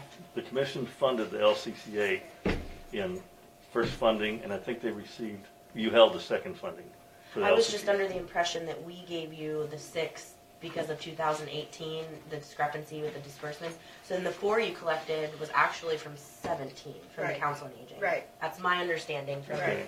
prior. Is that right? Well, Right. I'll tell you, it's been confusing. I know. Because, It's all, you're always getting paid the year after you had Right. requested the budget. Right. I understand.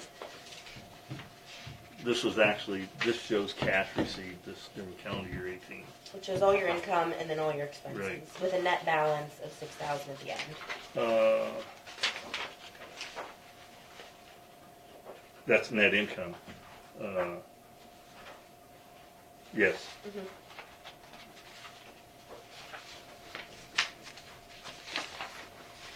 And is this what's going into the file for this? That'll be brought to our meeting next month. Those are copies for you. That's everything we put together. And, So just for Randy's sake, the 501c3s that receive public money, their requirement by the state is that they have to give a financial report annually to our county, and so that's what you're saying this fulfills. Right, and since you fund on a calendar year, we're actually on a fiscal, we're giving you a calendar year report. Okay. It just makes That's it. helpful for us. Yeah, it because just makes that's it how we easier for all of disperse. us. Right.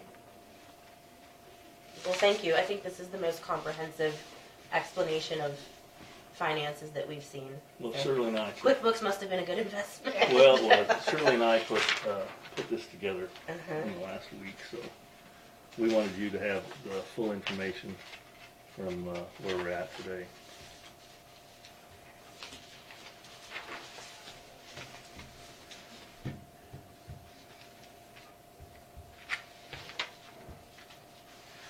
And we did include our mission statement and the vision statement like you've been requesting, and so we have included that here.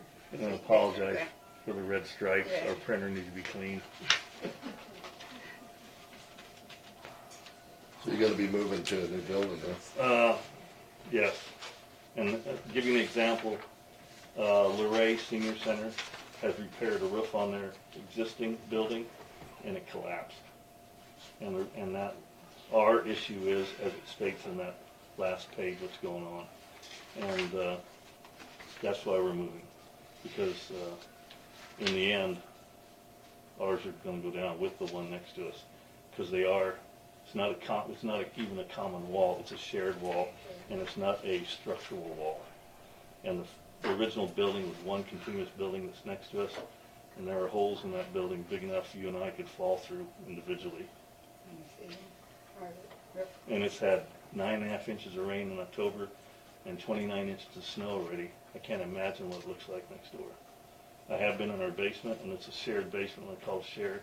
All it has is a picket fence between them, and I could see white underneath the floor of the next door. So our fears, we needed more space, and we needed a structure that I didn't want to be attached to anybody anymore. I wanted to just be standalone. Is that building pretty good condition? Yes, it's got 22-inch walls, limestone walls. It's solid, and we're pursuing an architectural engineer to come in and look at it and to repurpose it for our needs. And we were crowded, as it states in there. So that's what we're coming to you before today, to let you know where we're at. Requesting the rest of our 2018 funding and what we'll be receiving for 2019. You did turn in the budget Yes, for it's, 19. let's see, it isn't on that. It's Okay. not in here, but I Okay. know we've seen it. Randy, you probably don't have one. No, probably not. We failed to bring that today. It's okay. I'm sure we I have do it. it later. That's fine. Yeah. I don't need it right now. I think we need to have a little bit of discussion about what we're going to do with the 75,000, because it looks like the LCCA came in and requested 40 today, and so we have not made any decisions on how we're going to disperse that money. We've been withholding it. However, we do still have a rollover from 18. I think that needs to be dispersed personally. I would suggest that we withhold it from the LCCA dispersal because they did not fulfill their obligations to fund the budgets of both senior centers last year. So at this time, I think, we've rolled over, I believe it was 14,500 if my math is correct. Because although the distribution that we gave you said, what did that just say, 10? No, it said 6. So 6, that's right. So we had 24.5 if I remember. And I think we did 6 and 8, didn't we? Yeah, I think it was 14,000 combined between Lincoln and Sylvan. I can't speak for him, but I think that's what it was. It's probably in Dawn's minutes. Dawn, do you remember do you have that balance at all? No, and I don't have access to it on this computer. Does anybody have their December end of report? I don't right now. I think it was 6 and 8. For some reason, I was thinking it was 12,500. Maybe somebody else thought it was 12,500, and I told you it was 14,000. I've got that written down to bring next. If it was 6 and 8, that means we have 10.5 that we rolled over at the end of the year into our general account. $14,500. Balance? That's what was left, yeah, according to what this is. Yeah. Well, that'd be right, because I think that time you decided to fund half of what you had between the two. We did. We split it between both senior centers, which I think worked out wonderfully as far as funding budgets that had not been funded and dispersing that money and not giving it to an entity that held it in savings. So I think we should do that again. At this time, I move to disperse 50% of the withheld 2018 mill levy for senior services to the Sylvan Senior Center.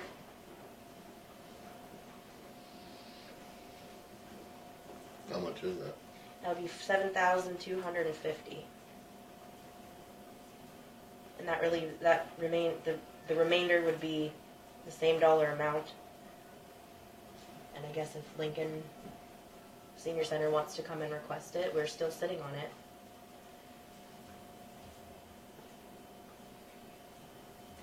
I was wondering too, for the 2020 budget, when do I need to have that turned in? Last year we did May, and then they said that's way too early, so I'm going to interrupt you just because I have a motion on the floor. Okay. Is that, that was already earmarked for them, that's 14.5? That we didn't spend? Okay, motion dies for lack of second, and so we'll just continue the discussion. So the $14,500 that we withheld from 2018, Yeah. we never gave it to anyone. We had originally withheld it was about $28,000. So that comes from a mill levy that we've already taxed and everyone's already paid into. It's already been collected, and we now have it in our general fund. But its specific purpose is for senior services. So technically anyone who provides a senior service can request that money. Historically, 100% of that money was going to the LCCA, and then the LCCA was diverting funds to both senior centers and spending about 60% of it on themselves. So this past year, because they had accumulated a savings account of upwards of $100,000 at times, we withheld that money from the LCCA. But in the meantime, the senior centers did not get 100% of their funding. So we have already given some of that funding to them. My suggestion is we do not hold on to last year's mill levy. We have to decide how we're going to disperse this year's mill levy between any and all groups that qualify for senior services. So what I'm putting on the table is that we split the remainder of what we withheld between the two entities who had been receiving it. And we have a comment. On your split there, you're talking 50-50. Is that done by per capita or per usage of each senior center? Well, there's been a lot of discrepancy about that over the years. At one time, Mr. Krangle was hired to give an opinion, and he said to do it based on participation. So that was not really followed. It was attempted to be followed for a while, and some of the participation that was counted toward Lincoln Senior Center was actually participation for their meals program, and that's separate because that's funded through the state. So if you were talking about you wanted to compare the two, the participation at Sylvan Senior Center has actually been much higher because they don't have any state-funded activities. I would say that, in my opinion, they should be more if it's going off the music. Well, my only justification for splitting it in half directly is because that's what we did the last time. And I feel like both of these entities have been relying on the LCCA to get that money. And at this point, the Sylvan Senior Center is just now not in a negative balance in their account for the first time in 2 years, I would say. The other thing I might say, other than participation, it's also services provided. And we got 2 pages of services in that sheet that we provide for seniors. Right. I mean, at this time, we have not had any other groups come before us. And I would also justify that by the end of March, we are supposed to have tallied all our expenses from the prior year.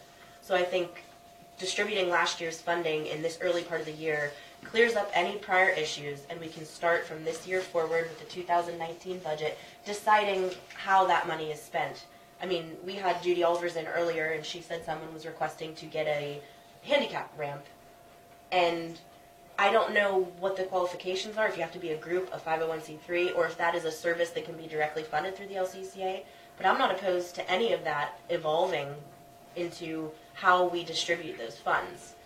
You know, if another group, if a church can't, well, I guess we don't want to get into that debate about sponsoring religious organizations, but let's just say another group comes and says they have a service that's going to help people over the age of 60 or something like that. I don't see why that money can't be tapped into for different things. And I think the commission should be the regulator of that, because they had no responsibility prior, and that turned into $100,000 in a savings account and a group that doesn't even have their bank statements available. Yeah. And it also turned into them hiring an employee who filed a lawsuit against seven or nine people? Seven people she filed a lawsuit against because she did not want to provide the information that is Open Records Act information. And that was a disaster. I mean, that group had hired her to provide services to the elderly, and she was in fact taking the elderly to court. It was pretty sad. So are we, in the future then, you think we should directly then fund the Lincoln Council, or the Lincoln Senior Center and the Sylvan Senior Center directly as from the commissioner's viewpoint, and not through the Lincoln Council on Aging then? I agree with that. That's how many other counties are set up. And I find it interesting because the budget they just gave us today does not include their accounting for any distributions to any other parties. They're requesting $40,000 just to spend on themselves. Now, they do have a few programs in here. They have homemaking services, bus passes, and that's it. So out of their $40,000 request, $8,700. Oh, the meal. What did I say? The meal delivery. But they've been paying a board member to mileage to deliver meals, which is kind of interesting because the whole meal program was set up so that the meals would be done at the senior center, which is the approved location through Manhattan. Not that you can't deliver them, but... Can I make one comment? Like the bus program, that is already funded by tax dollars. And if the LCCA then also funds it, it's actually taking tax dollars and actually double funding. It just doesn't seem logical to me. They're not funding the bus. Oh, well, they're not giving any tickets out then. Huh? They're not giving any tickets Tickets out. are because people have to pay to use the service. There is a charge. Okay. No. There is a charge for the service. No, Mr. Wallace, they're purchasing $1,200 worth of bus passes through the LCCA. That's what I said. So those people won't have to pay. But that's what he's saying. It's already a subsidized service. So now you're buying tickets to give to someone for free when it's already subsidized. They're supposed to If pay. those people can't afford to ride the bus and they come to us to ask for money, would we give them money? But how much? Would that be a senior activity that could be funded through this? I didn't understand that question. What I'm saying is, if there are people out there that can't afford to pay the $10 or whatever it is to go to Salina to see the doctor, and they ask the Lincoln County Council on Aging for money to buy it, to pay their bag down there, could they come to the commission and ask for money out of our pot? Wouldn't we give it to them? That's a service for the elderly. Can I ask a question on that? Would the bus refuse a county taxpayer who doesn't have the money to give them a ride? They're not allowed. They're not allowed to, but that's going to have to be made up somewhere. Well, Whether that's it's why where the tax money is going to come from? Is it going to come? It's going to be tax money. Are we going to use from the elderly, or are we going to pick it out of some other pot? My understanding of those bus tickets are so that the bus will pick up people and bring them to the senior center to eat the meal. That's what that is. There is a fee for that, though. Yeah, but that's so what if they that. can't make it, if they can't afford it, Right. is that a service that we should give to people so they can eat? It was a way of drawing more people. When it was set up, it was a way of drawing more people into the senior center to eat because they were having low numbers, and that was one way they thought they could bring the numbers up. There are people out there that need to eat. I will do everything I can to get them to the thing, and I do not think we should criticize that. No, That's not the criticism. No. It's just the recirculation of money. We're giving it to the LCCA. The LCCA is giving it to someone so they can do something for free that we're already spending $20,000 a year for to produce a budget that will cover all the expenses, whether or not people can pay. And that was the whole purpose of, we split the funding with the state. Does everyone understand that? I don't want it to be an issue, I just brought the point forward. So when I'm looking back at the minutes, they requested $12,000. We dispersed them $6,000. So wouldn't then we just disperse $6,000, not $7,500? Yeah. My only comment or rebuttal to that is we have not had the Lincoln Senior Center come to us for any requests, and we did disperse simultaneously to Sylvan and Lincoln without even a request from Lincoln. So I guess I'm just trying to split the playing field 50-50 between the senior centers who have been both utilizing this money to provide services, whatever they may be. More services from Sylvan on independent activities, and the services we are paying. And when we give money to the Lincoln Senior Center, they are subsidizing the wages of the people that work for Manhattan. So we have 3 people employed from Manhattan. The woman who sits at the front desk, the cook, and her assistant. Someone interrupt me if I'm wrong. And those 3 people are making minimum wage from the state. So Lincoln Senior Center has been using our money to pay them like an additional $3 an hour. That way when they work during the meals, they're subsidized to a greater extent for their income. So I do feel that that county money is being used to provide local services. The meal program, namely, at the Lincoln Senior Center, and then other random activities that are regularly scheduled at Sylvan.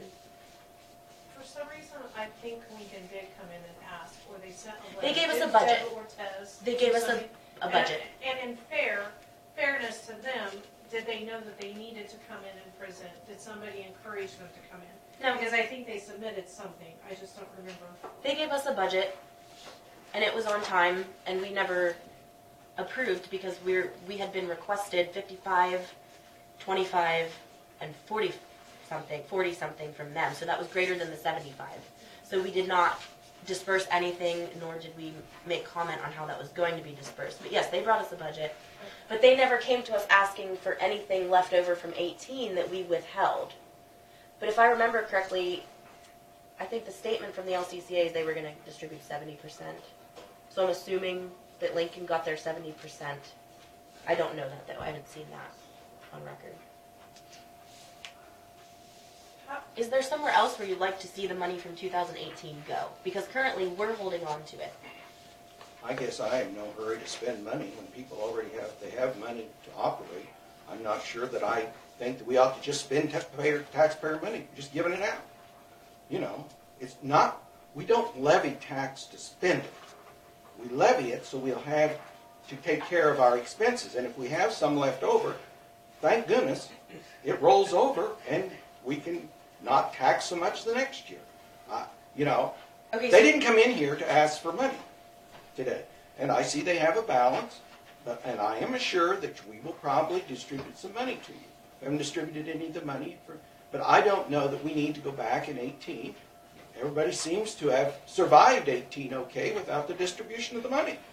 So why don't we just keep it? And we won't have to tax next year for so much. Okay, so 2 things. You've already approved a budget for 2019, even after withholding $24,000 from the prior year. Secondly, you personally, Mr. Wallace, have approved year after year distributing 100% of those funds to the LCCA while they had a growing savings account. So I do not accept your rebuttal there to my proposition to disperse the money. That's okay. You don't have to accept it.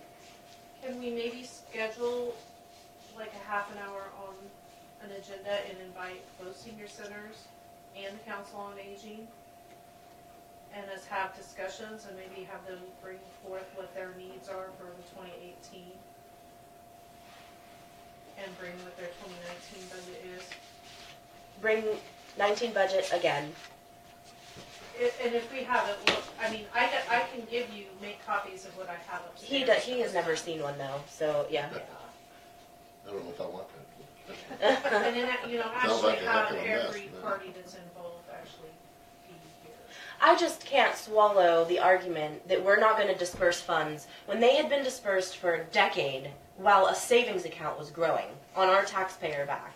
So to not give it out when we know that we're withholding it is that's an interesting theory. It's kind of a 180 from what was done prior. Did you have a comment, Cindy? I think you were talking about the 2018. Did I not say that? Well, yeah, I mean, that's what we started on, and then now it's gone to 2019. So Well, no, both. 2018, though, is on the discussion table for whether to be dispersed to the senior center that came here, and I'd be hard pressed to say that any organization of the three entities did not know that they get their monies from the county commissioners. So they've always been. But they have not always been. They've always only been welcoming any group that wants to come in. They've only been they only distributed it in September of last year. Otherwise, they were getting their money from the Council on Aging. And I don't need Or not getting their money from the Yes. Council on Aging. And I think that probably the Lincoln Senior Center, just to be honest with you, is probably just kind of sitting and waiting to see what happens, to know what they need to do next. I think if we called down, or if we had a board member that encouraged them to come in and ask, like Sylvan has, they probably would come in and ask. Right. But I They're don't think also that they want sitting to on be a lot of working. money, Come to that. so maybe they don't have the pressing need. That's your opinion. I- That doesn't mean that's the case. I think that that's a good idea to invite I them. think it's only fair. the table. I mean, you can't say that they aren't coming in and they didn't ask. That and wasn't- they didn't that- really realize it. That wasn't me making a negative remark about them not coming. I'm just saying we went ahead and dispersed money to them without them coming, and this group has been here several times making that request. And Mr. Wallace, you made the remark that they didn't ask for money. Shirley sat here and said we're wondering what we're going to get from what we're owed in 2018 and what's going to happen with 2019. That is the topic. I mean, it's been the topic for months. So As far as Shirley and I with Sylvan Senior Center, we're willing to return to another meeting if we need both senior centers to be here. I think that'd be great to make that request, and then we can talk about that. You know, and I could learn about this stuff better. I'm not very versed on it all yet. I do have a question, Mr. Wallace. If you're saying that the whole purpose of taxing is so that we can take care of future expenses and that you shouldn't just hand out the money, then why did we approve $75,000 flat for 2019 when we knew we had $25,000? We could have approved $50,000. Why didn't we do that? Why wasn't that your suggestion then? Cut the mill levy even further. Well, you know what? When we were doing the budget in 19, we hadn't even dispersed the other yet. I assumed we may have dispersed it all, but we didn't disperse it all because evidently there wasn't the need for it. We have 75,000. You know, we cut it back from 110 or 15 3 or 4 years ago before you even got on the commission. I said, this is ridiculous. We don't need this. That's too much money. The assessment had gone up so much. I said, I don't think we need that money. We cut it back. I assumed when I dispersed it to the Lincoln Council on Aging that they'd get it dispersed to the senior centers. And I fought for them to do it. In fact, I told board members to get it done. But they wouldn't follow through. I couldn't make that decision for them. But I absolutely, if they're able to function with the money they have, I don't know why we would just give them money.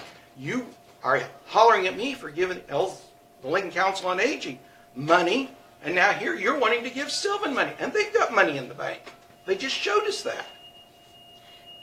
Sir, they have $6,000 in the bank, which is approximately the overhead that you were requesting in prior years. I'm not saying that they don't need the money. I'm not saying they don't need the money. I'm saying that we don't have to just distribute all the money all the time. We can hold money back. We've held it back in other areas. I guess the clarification is me suggesting to give an entity money that's holding on to $6,000 for the rollover of the year is quite different than giving 100% of the funding to an entity that had $100,000 in the bank, which was 200% of their operating budget. I mean, it's quite different, and you're trying to compare the two. But When we became aware of it, we began to put the brakes on it. how many years had you been receiving complaints from the Sylvan Senior Center before the mill levy was reduced, which did not have a concurrent reduction that was equal to that percentage for the LCCA? In other words, the LCCA still received 100% of the distribution, but the distribution was reduced. But how many years Had you received complaints from the Sylvan Senior Center prior to that reduction in the mill levy? I have no idea. I can tell you personally, I came before you as a citizen at least 3 years And prior I to want to that. tell you, I have worked with the Lincoln Council on Aging, trying to get them to move forward to do something different. And I was not successful. I'll tell you right now, I was not successful. I even told one board member to her face, get it done at the next meeting, give them some money. And it didn't happen. And Mr. Wallace, That's all I can do. and Mr. Wallace, we're aware of that, and we appreciate that effort. And I've been to the Sylvan Senior Center, and I've tried to get them and Lincoln to cooperate, the Council on Aging. I tried to do everything I could, but I was not successful. And so we're at this point where we're distributing now directly from the commission. I would just like to know how many more hoops Sylvan has to jump through, because we have asked for this kind of a financial breakdown that we just received in print, dollar to cent amount. I mean, how many more times do we have to ask them to prove themselves, show us, they have records of all of their activities. There's 2 pages of activities here that have nothing to do with anything that's state funded. They have I just don't understand why there's been such scrutiny over this particular group. And Dawn, this isn't a knock to Lincoln, but I haven't seen anything like this from Lincoln. Yet they've received their money from not only the Council on Aging, but as well as the last distribution from the commission. So, has anybody asked them to, I mean, I know you guys specifically asked them to, but I Right. have not asked them yet because I have not sent out that treasurer's annual report yet. That's Yeah. on my list to do this do week. they do that to you? Or did they not? Well, they will now because you guys asked me to add Sylvan and Lincoln to that list. And I have not emailed them out because quite frankly, I've had more important things that have to get done. Yeah, that's not, I'm not So saying that's your burden. that's my task this week. And all I'm saying is, in fairness, have we asked them? And I don't think that we have. So that's what I would like to do. Now, I don't know what Monday's agenda looks like for next week, but the following week would be a Tuesday. That would give everybody a couple of weeks to go. Like if I just said, President's Day is 18, so you're saying the 19th. yes, like say at 10:30, and is a half an hour enough? Does it need to be an hour? I think it needs to be an hour. Okay, so how about we just say, 10:30 on the 19th, yes, and I'll move Michael back. please. Okay. Oh. Something different. Tanner Yost is on that day. Well, we'll just move them back. Yeah. I'll get them moved back to 11:30. And just a note. I'm sorry. Is there anything else? No. Okay. Thank you for I bringing just this. want to tell Mr. Wallace, we really appreciate everything that you've done for us. I will And try I to know be it's fair. a struggle for you as much as it for us. The 6,000 that's left over, that's going to be our carryover for the whole year. I understand that. And so that's why I we're understand just, But you were able to finish 2018 in the black. because we Right. had a lot So- of fundraising, and we used that fundraising money to sustain our building and our stuff. The other thing is we may have $4,000 insurance premium coming when we get it. I understand that. That decreases it to 2. I understand that. I think And the we- money is, Thank and we do have money that we can disperse from. I will. We're done unless you have something else for us. Thanks. No, thank you very much. And I try to get more up on this stuff, because it's Yeah, a lot to digest, and I'm not knowledgeable that much I on was it. on the LCCA board for probably a year and a half. It was quite a struggle. And anyway, thank you. Yeah, thank you. Okay, so you guys know the date, right? At 10:30. Okay. Brandon, we're ready for you, but I have one note to make. Dawn, Doug said that he wanted this reviewed by the 18th, but since that's going to be the President's Day and we're not going to be till 19th, can we please put this on next week's agenda before I forget? Yes. The North Central Regional Planning Commission. I'll be back in a second. Sure. We'll take a 5-minute recess, if that's all right. What's that? It's the resolution 2019 for us to sign for the North Central Regional Planning Commission. I'm sorry. I just don't want to forget it for next week because we won't have another week. I don't think I got a copy of I'll just give you mine. it. Is that okay? Yep. And I'll have it ready. Yep. Want me to stop it? Sure. Not that I'm. Well, if we're going to make a motion, we can start without her. making notes while I was thinking of stuff. Mm-hmm. My understanding, I'm here for interview procedures and volunteer pay. I did get the spreadsheet on what the full-timers are paid, but there was no breakdown as to part-time or volunteer on that sheet So does that mean we just don't have one? that I'm aware of. That's yes. the only resolution we have, because that's what Dawn provided, so. And it doesn't break it down into the difference between part-time and volunteer. So would you like to just revamp one of your own? I sure can. That I'll would be- find out what the people are currently making now. I'll try to, And you were gonna Base maybe it do off a of that. comparison with another county or two. Right. To see. and I've already done that on the full-time wages, which is, or I've already done that on the comparison to with the other counties for the rate increase that I requested. Oh, with the hospital, the ambulance or anything? Yep, I Mhm. haven't done anything on pay yet with the Okay. neighboring counties. One thing I have been working on is trying to get the volunteers caught back up on some pay that they hadn't been receiving. Yes. I spoke with Damon Veneta. He's going to give me a schedule who all covered all the football standbys and some of the wrestling standbys. Okay. Did they know they weren't receiving? Some of them didn't. They didn't even realize. And I think a lot of that's because of the direct deposit. So they just, They just worked and didn't think about it. And Yep. Yeah. Just Never didn't even looked to occur see. them. Yeah. So I'm working on that. I did get a phone call the other day. We will have our inspection from the Kansas Board of EMS on February 12th in the afternoon.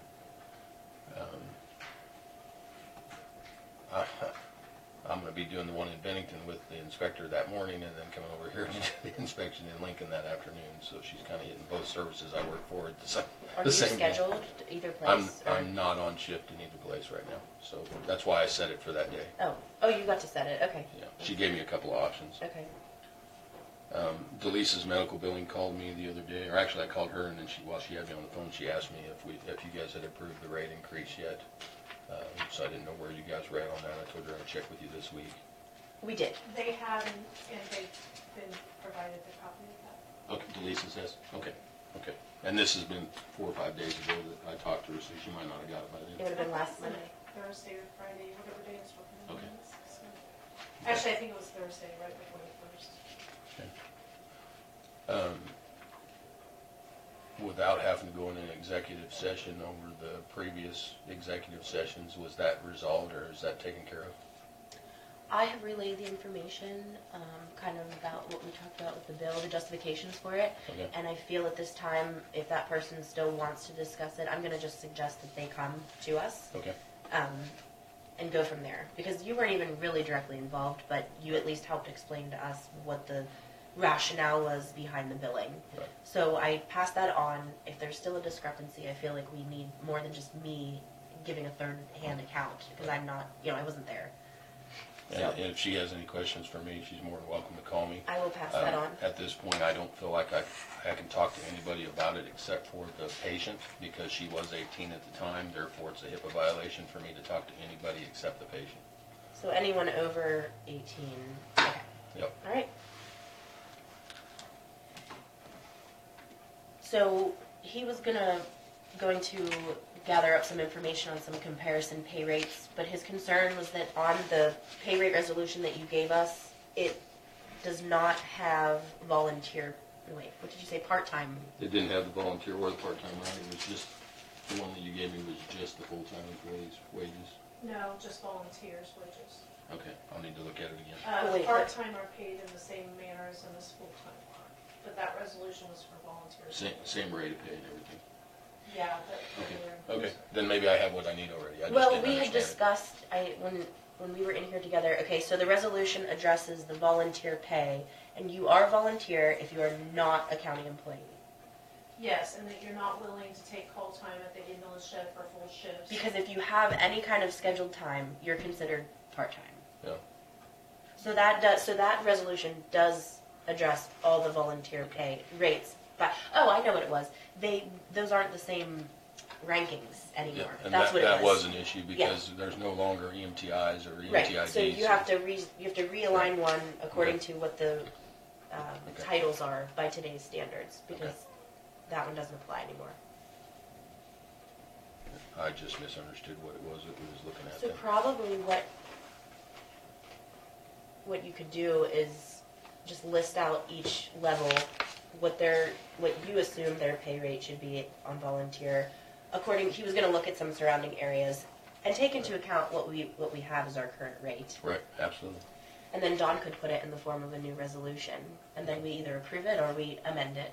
That's my suggestion. We've been working on inventory, got that. We had to make a large purchase through medical supplies yesterday. Made an order to replace a lot of the stuff that was expiring. Just so you're aware, that's coming. It was about $2,500 Okay. in some medical supplies.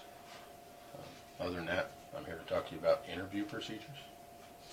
I had some questions on that, but first, since you brought it up, that's a good segue.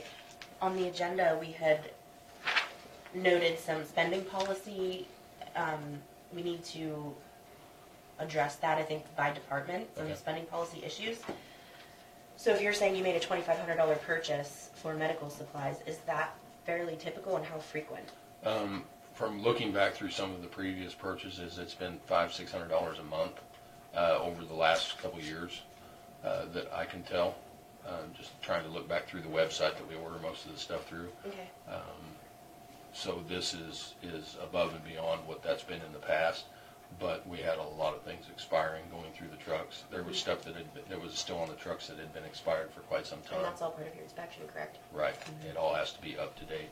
So that's at least done annually when you know your inspection's coming. Right. But really, you just want to order enough so that you use it and then reorder. We should not be utilizing anything on a truck that is expired on a patient. So that, I mean... What do you do with the expired? What I would like to do with it, historically, we've just disposed of it properly. What I would like to do with it is what other departments I've worked for in the past have done with it, is donate it to a veterinarian clinic, because they can use them on animals that even when they're expired. And I understand there's a mobile vet clinic that comes through town, so I would like to hook up with them and donate all that stuff to them after it expires. Like needles and whatnot. Just recycle it. Bandages and stuff? Yeah, ET tubes, anything that they could use to do surgeries, or anything they could use on the animals. How long does that stuff go? It depends on the stuff. I mean, like an EpiPen, if we buy that, they're usually got a year date on them, and those are quite expensive. They're expensive, huh? Yeah. They're Then what do you do with that? You have to dispose of the medicine, and then dispose of the needles in the sharps container. So they're like $1,000 a pen, ain't they, or something? It's you get 2 pins, and they're about $790 for 2 pins. And after a year, they're expired and they're no good. Legislation. Seems like a heck of a waste, doesn't it? Yeah, it does. Seems like too bad they can't use it for something. Yep. And the main reason we carry the EpiPens is because the EMTs aren't able to draw up Epi like what an AEMT or a paramedic can do, and administer Epi through a needle like what. So it's got to be an auto injector for an EMT to do it. So that's the main reason we carry it, so that they can meet their protocol on site, on if it's site. right away. Yeah. Yep. If we don't have an ALS person on that truck. Some of the stuff like the ET tubes, they might have 3-year dates on them. Okay. But unfortunately, we had a lot of things that were coming due to expire. Yes, I don't know that our spending policies are going to involve supplies that need to be done. That comes under contractual when you're responsible for your budget. You know, I think what our spending is things that arise that are unusual and are capital improvements, such as a refrigerator going down or something like that. You know, I don't know that we need to address supplies, because that's part of your department. Well, in that case, though, the resolution should actually say that any dollar amount above X, with the exemption of medical supplies, is how that would go. That's Just the like way LaDonna came to us and said she orders vaccinations to the tune of $3,000 an order. But you're going to have a highway department that needs tubes or culverts, and they're going to buy. I mean, those are large purchases. Well, They're going to buy several of them. So each department would have their own analysis. So, for example, LaDonna gave us a number of $1,000. She thinks that if she needs to fix something or buy something that's that more than wouldn't come under her contractual. No, she specifically said that's the dollar amount we could use for her. So I'm just getting a taste of, in the EMS department, what is an average expense And I purchase haven't been in this position long enough to come up with an exact, or an Right, average of right. what it would be, so I Right. can't answer that. But that kind of just gives me an idea of if you're making a large order that would be exempt under the policy because you need to do that at the time for supplies, it's $2,500. So. And every other department I've worked for is exactly like Mr. Wallace said. I mean, medical supplies do not count against your supervisory spending ability. Right, and just this commission has not been in the habit of creating policy and making resolutions. Right. So what I'm suggesting is doing that from here forward. The way it's done is you list what your policy is, and then you have exemptions. Just like when you look in the state law book. I mean, this is how it goes, except in this case, and that doesn't apply. So what we would say is, okay, the EMS, director may make purchases up to $2,500 that do not require commission approval, with the exemption of medical supplies, with the exemption of routine payments that fall under pre-approved contracts, et cetera, et cetera. But we wouldn't want, even if it's a contract, we're not just going to exempt all contracts. Let's say you wanted to contract something out that was a regular dollar amount on a monthly basis. Once we approve that contract, it's exempt from all of your, approval for spending, because we're going to see it on the accounts payable anyhow. But that contract in and of itself, the initial payment needs to come before the commission. So it would be, what we're talking about when we have spending policies, like LaDonna suggested, is that it's per department. So we can come up with a number for years later, but we also need to look at the relative amount that we're spending per budget. Well, and part of this was spurred a little bit partly because, for example, David had come in about a truck repair and wanting permission, but I think at the time he had exceeded his budget, so he wasn't sure if he could really get his truck repaired. He was asking to go above and beyond what his budget Yeah. capabilities were, not necessarily above and beyond what his purchase capabilities were. Yeah, because I think one of the questions to David was, why were you bringing this to ask us? So I think for him, but at some point in time, I mean, we just need to figure out what do departments really have to come in and ask for and what do they not. Right. And it also has to do with the bidding process. If you wanted to buy something, I mean, it was quite disturbing to me that we bought a $170,000 ambulance without any other bids. We were just flat out told there weren't any other bids available. Take that for what it's worth. At the time, it's done and passed in the past. Right. But that's something to me where I would say, for that dollar amount, we need to secure other bids, even if it took another month.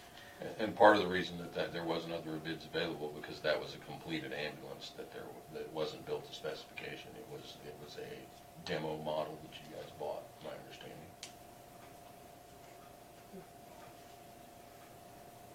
That's why we got it so quick, because if you're looking at 6 months wait on a built ambulance to our specifications.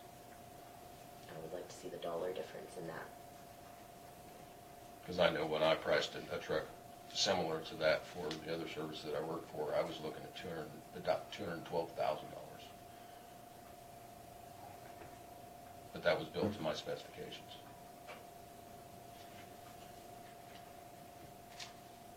I just think it's not a good policy that we I approve don't- that dollar amount I don't disagree with without some sort of I comparative. was just explaining the yeah. reasoning why. Yeah, I understand what you're saying. You're saying the floor model comes faster and cheaper typically. So, So where are we on this policy with him now? Are we gonna do a resolution then that you're saying, well, that's why we kind of had it on the agenda. Right. I think we need to, by department, come up with a resolution, because what LaDonna expressed to us last week is that she feels like there's not a lot of guidance and there aren't a lot of written details as far as this is what you do and this is what you always do, except in this circumstance. It's my understanding right now the EMS director has the ability to spend $200 or $250 without prior request. Is that correct? I didn't know there was anything on the books. No, well, we have a purchasing policy, but it was shot down by the Supreme Court that said that it was not appropriate, that the amounts was not appropriate, but I want to say it was $500. But that was specifically because the commission at the time was trying to apply that to other elected officials. So what I'm suggesting is we have a spending policy per department, and those are the departments that we directly oversee, which would also alleviate some of the confusion about who answers to us and who doesn't. That's kind of been a question circulating recently, there's been a consolidation with the landfill and the noxious weed and the public works and the highway department, and who answers to us, or who is spending, or who's even creating the budgets. Right. I mean, I'm wondering that myself. We've had someone at the landfill who's creating the budget and has been and still is, yet now it's falling under. Yeah, Another- we never officially put it under the highway department. I mean, we put it under it, but not, I think you have to have some kind of resolution for the public works. And So, when you come back to us Yeah. with some of your research on the volunteer pay and what else were you going to look into?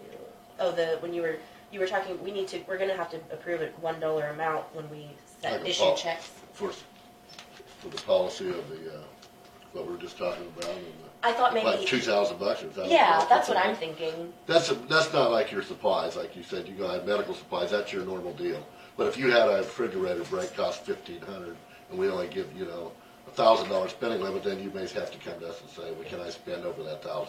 And I think Ladonna's question was, at what point in time do we have to go get more and more bids? Because sometimes I'm wasting my time. Exactly. Right. I'm spending more time than the dollar amount. Yeah, she had a recent repair, and I forget what it was for, a window or something. Her emergency lights. Oh, that was the Oh, last okay. one, yeah. Yeah, she had one for window that we originally had this discussion, then she had another one for lighting, and it was under $1,000, so her justification was, why would I go searching around when they could come and fix it right away? And I just pay that dollar amount. And I agree with that, but we still need to set a limit, otherwise we get into this routine of whoever's setting the budget can just spend all their contractual or commodities line item with whatever they personally see fit to spend it on, and that's not a good general policy. Well, speaking from what little bit I do know about the service and how it has been ran in the past, I do not have a problem right now with the current policy if it's $200 or $250 without prior approval. I mean, if I have a refrigerator go out, then we just wait until the next commissioners meeting. I come in and ask you about it. I mean, you have a meeting every week. I don't see that being an issue. As long as I'm allowed to buy medical supplies Right. on the contractual deal without having to come in and ask, because you never know from month to month how much stuff's going to expire, historically speaking. Right. But we will know that with the inventory that we're doing, that we'll know Fresh. what we're going to be expecting to spend each month as we go. Because I intend on making a monthly order and not letting things get out of date like they have. Just use it as you order. Right. Off topic, but is John Paul doing the exterior maintenance at that location? Who does that? Somebody comes and mows from the county. I wouldn't know. Is that John Paul? Okay. And how is your new cleaning schedule working? It's good. Good. It's going real well. Daily truck checks are going good. Okay. So we'll see you again. Okay. Thanks for waiting. Was there something on the interview procedure? Oh, yes. So I don't know that I brought this up to you guys, but I had mentioned it to Dawn. I was approached by a few medical professionals, mainly kind of that work in the local area, and they were wondering how we were going to go about this interview procedure for a director, because some of the concern in the past is that the hiring policies have just been kind of who you know. So if we're going to actually interview and we have a few qualified applicants, I don't mean to speak out of turn, but I know for myself, I don't have medical field experience. I don't believe either of you do. So when we interview for this position, the questions that we'll be asking, the expectations that we have, it was suggested to me that maybe we have a panel who has some knowledge, or at least brief us on the questions that we need to ask. Because I think that mistake has been made in the past, where we hire someone based on familiarity and or what our assumption is of their abilities, and then it turns out that we didn't not necessarily hone in on the exact things that we should be asking to verify their quality. So Most departments that I've interviewed with in the past usually utilize a board, which is usually like a fire chief and EMS personnel director. people who have experience. Right. I've seen hospital people come in on boards and sit in on a board, neighboring EMS directors for neighboring departments, Okay. things like that. I mean, if that Yes, helps you out any. that's exactly what I'm asking. And so you're verifying to me that that's not an uncommon practice to incorporate some community members who No, not at all. would have That's a pretty common thing. that kind of knowledge. I would suggest that we do that instead of just the Board of Commissioners interviewing. The trouble you're gonna run into is scheduling. Mhm. And, where you've got your applications due by February 8th, you're already 4 days away from your applications being due in. And, Is it the 8th? The 20th, Okay. they moved it to. oh, you moved it again to the 20th? Okay. I knew it was like the 25th of January, and then it got moved to the 8th. Well, I think we hadn't done all the advertising, so once, which, did that ever happen? Did that get put on the website, the Kansas, Kansas Board of EMS in Uh-huh. KIMSA? I couldn't tell you, I didn't look. Yeah, I believe it is on KIMSA, but now that I'm thinking about it, I don't know if she ever asked him to add to the county, so. I can look for you and find out. And let You you know know. we lost our Kimsa human one, resource I director. know. Yes, they do. Okay, so there's a miscommunication there, or a lapse in, And the KIMSA membership was done before she left, so we do have a KIMSA membership. and did that entail everything you wanted it to? Yes, with we the- got a squad membership that included 20 employees, and Okay. that provides them with $10,000 worth of life insurance each. We currently have 22 people on the roster, 3 of which are already KIMSA members through Mitchell County. Does So that include volunteers? that includes all the volunteers and everybody. Does that double their policy if they're duly employed? You said through Mitchell County? No, it does not. The ones that are, you can't be a KIMSA member from 2 different services. So then we have openings on our end because there was already prior. There's 22 people on our roster. There's 3 people that work for Mitchell County that already have it, so there's 19 people available, on our already roster. on. So we have 1 spot left on our squad membership. Okay. I see what you're saying. It was 20 total, so. Yeah. Okay. And that gets us a discount on our medical supplies through Boundtree, and gets us discounts on any conference attendance. And we had to pay for last year too, is what I think the notice said was, Not, that right? not that she told me about. Okay, I think she told Hannah that they told her that she had to go back 2 years. Okay. Why? I don't know, maybe I should question that. Because we used to be a KIMSA member. You'd think it'd be an annual renewal, and if not, you're just a new member. I- Although, maybe we let it lapse for 2 years. But then they still, if they weren't giving us retroactive services, why would we need to pay retroactively? Great. Yeah, I'll ask about that, because. Tell me on a new number. Just give Just- us a new registration number. Just for clarification on my end, when you're talking about an interview panel or interview board, you're just talking about for the supervisory positions, right? If somebody's Yes. hired as a director, they're allowed to interview their own employees, correct? I think what our new policy was going to be is with HR. Okay. We need to discuss what we're going to do with that position, but I think that was the idea is if you as, HR's always been involved. Okay. Would never do it. yeah. I just want to make sure that the director's involved in the hiring Yeah, process yes. with employees. No, the Mhm. That could turn out to be recommendations bad. to us, yeah. Okay, anything else? All right, Thank you. thank you.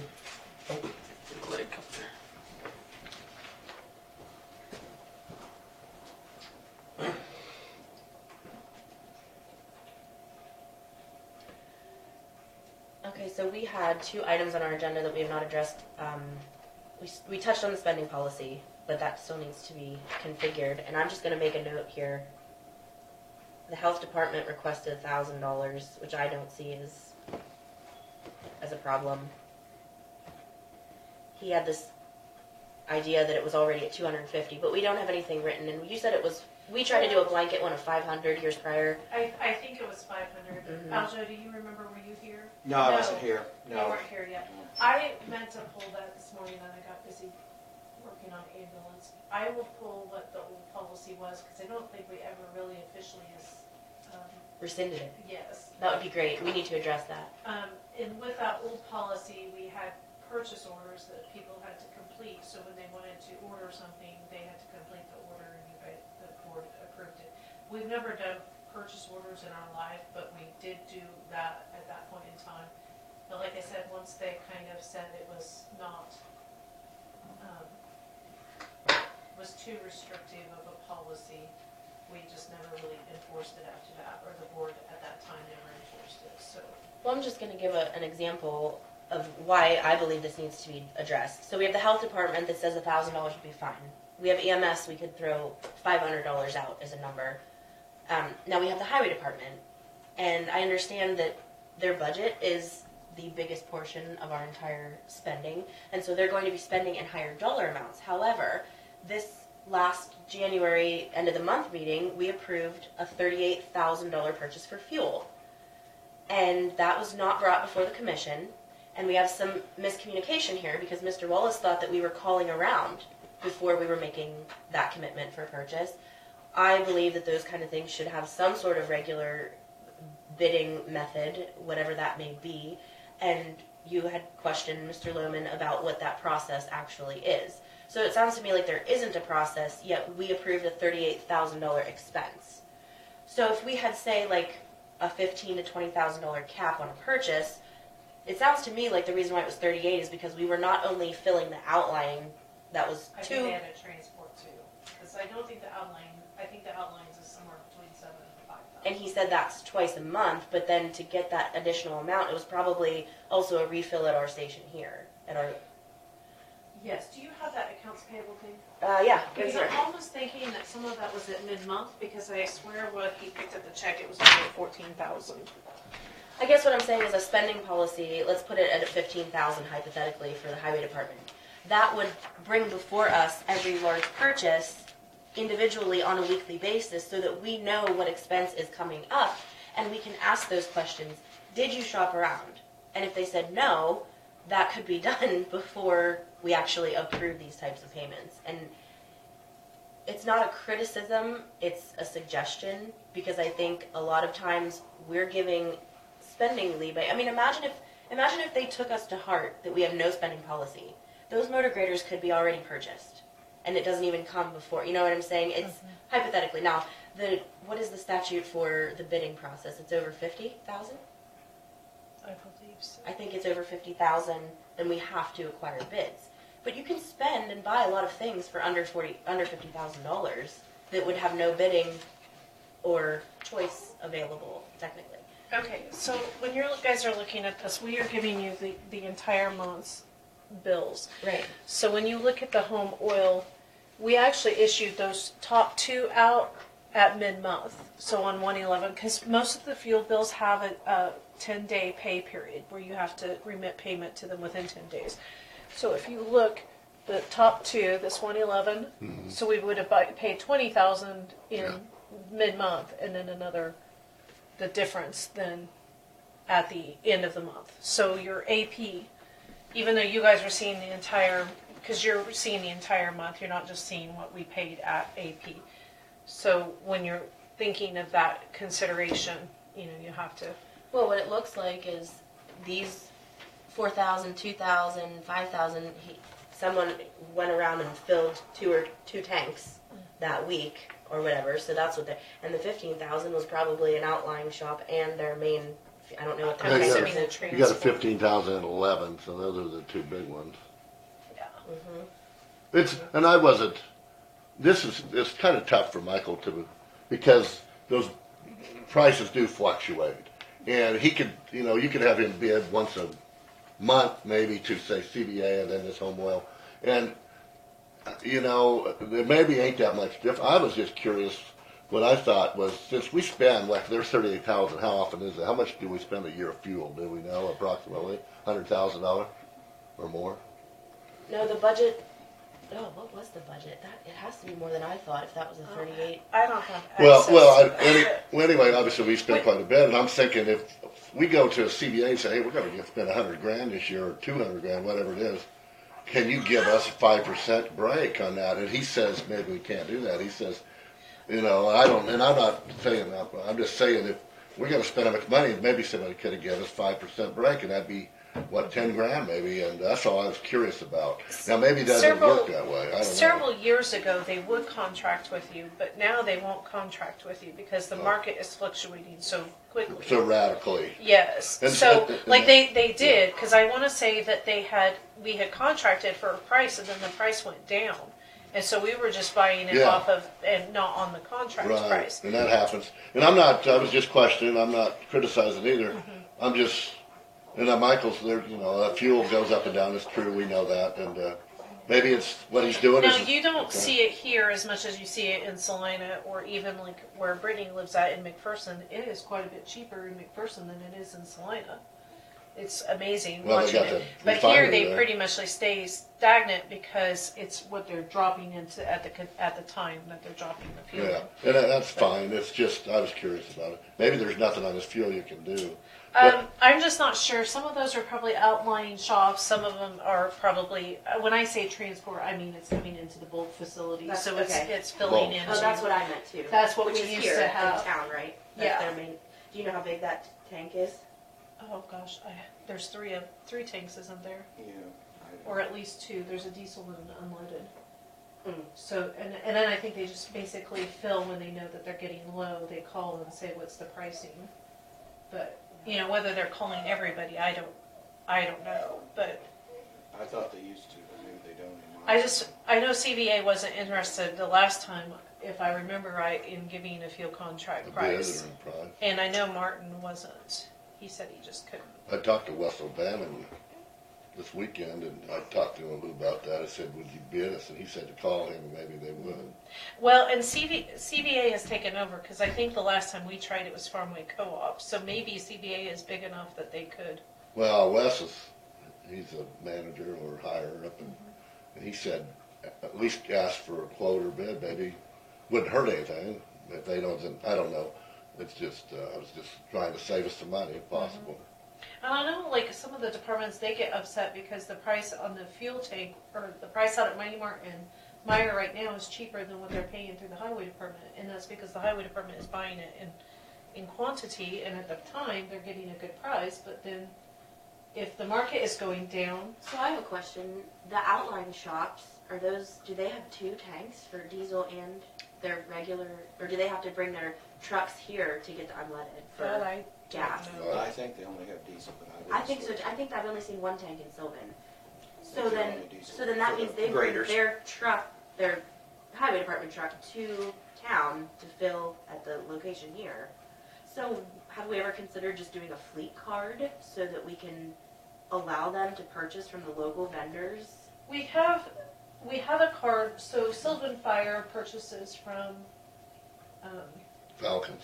Yes, and they have a card system that they have to use for that. Right.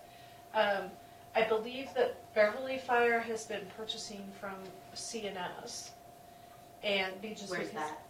Tesket, Okay. and I think it's because they're 4 miles from it compared to Mhm, 12 to drive. miles in. Beverly, I'm not sure what they're doing for the fire department side, but I'm assuming somebody's hauling fuel to them. We probably pay the bill, and I just don't pay enough attention to it. But Hunter Rural Fire is getting it through CVA, and they have a card that they have to swipe each time. Mhm. So I mean, we have cards, but we just normally anybody that's here that's close enough gets from bulk fuel facility, and that's where we've told them that they need to get gas, and that's where the health department gets. And I guess I'm just saying, if we're not going to be trying to contract at all or call around at all, then you're still paying that day's price. And like you said, if right now it's cheaper at Mighty Mart, if you used a fleet card, you go through there today, and otherwise we're buying it in bulk for it to sit in the tank for everyone in the outlying areas to drive in here to get it from our internal purchasing. the biggest problem that I have, just speaking from a standpoint of that, is the credit card situation and having enough cards for everybody, because you have law enforcement who needs to have 24-hour access. Where Mighty Mart didn't offer them the convenience, or Meyer Tire didn't offer them the convenience, Falcon Service. And then you have the responsibility of what if those cards get stolen, and it just becomes a nightmare. Then they had for a while where they had a card that one card that they would check out, but then somebody would forget to bring it back. And it just got to be, I don't know, frustrating. There are quite a few people to have that many. The other problem, if you give them a card, you don't know what they're filling up. Well, do people, I mean, how do they come and get the fuel here? They have a key pass and a Yeah. key. Yeah, it's restricted. You can't go out there and get it. If you had a card, you could take your personal Yeah. car. Yeah. If you had a county car, you could take your personal car to Meyer Tire and fill it up, and how would anybody know? And they wouldn't. Not that, hopefully we don't have people doing that, but that could be a. No, but that's part of the problem. Yeah, You exactly. have no checks and balances. Right, no control over that. Yeah. And on this, I just asked Michael about that. I was just curious if we could save money in a bulk delivery, but maybe not. I don't know either, because it maybe varies so much on the price, it isn't worth it. You know, when I was managing Mighty Mart, we had Walter's Oil. I think Walter's Oil is out of business now because that was a mom and pop, and the bigger places are taking over the mom and pops. But you had a 10,000 gallon transport that come in, and I had at the time 2 tanks, so I would have to determine how much. But they wanted you to purchase the entire 10,000 gallons. So, like, I would really have to let my tanks run dry to be able to get 10,000 gallons between the two. When we were Then dumping. you're cutting it close with Yes. delivery time And I'm not sure what size and that the highway department has, but that used to be what the policy was. And then when I first started with Mighty Mart, it was owned partially by the same place that owned Mighty Quickway. So then we were able to split a transport. But then once they kind of split their ways, they weren't allowed to split anymore. So I don't know if that's even an option too, to split with another business, those transports. But they don't, and then there's a fee to get them here. I think that's why most of the gas stations locally are going through the CVA, because then they dump and they're responsible for refilling. They put meters on the tanks and they know. Then they just come and start dumping. Right. Tell them what price they're going to put on the thing. It allows them to price fix. But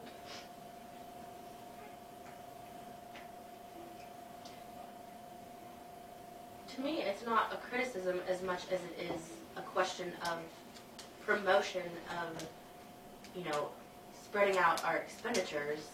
If someone had a business in town that we were going to contract with, I mean, I don't know what the markup is on fuel, but I'm just saying to know that you're going to get routine business from the county is a pretty secure business deal.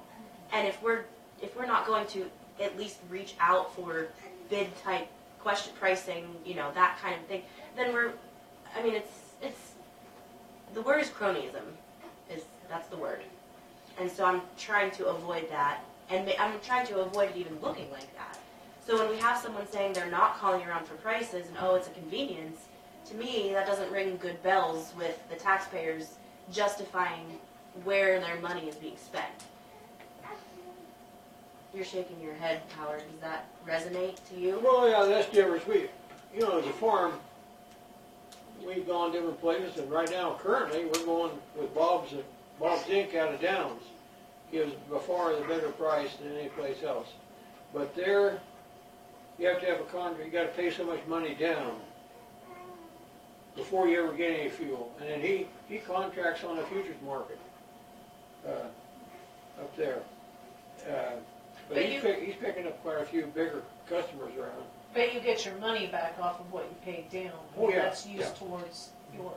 Yeah, but he's got that amount of money to use before you get the fuel. Yeah. And so I don't know how many of them do that, but that's what he does.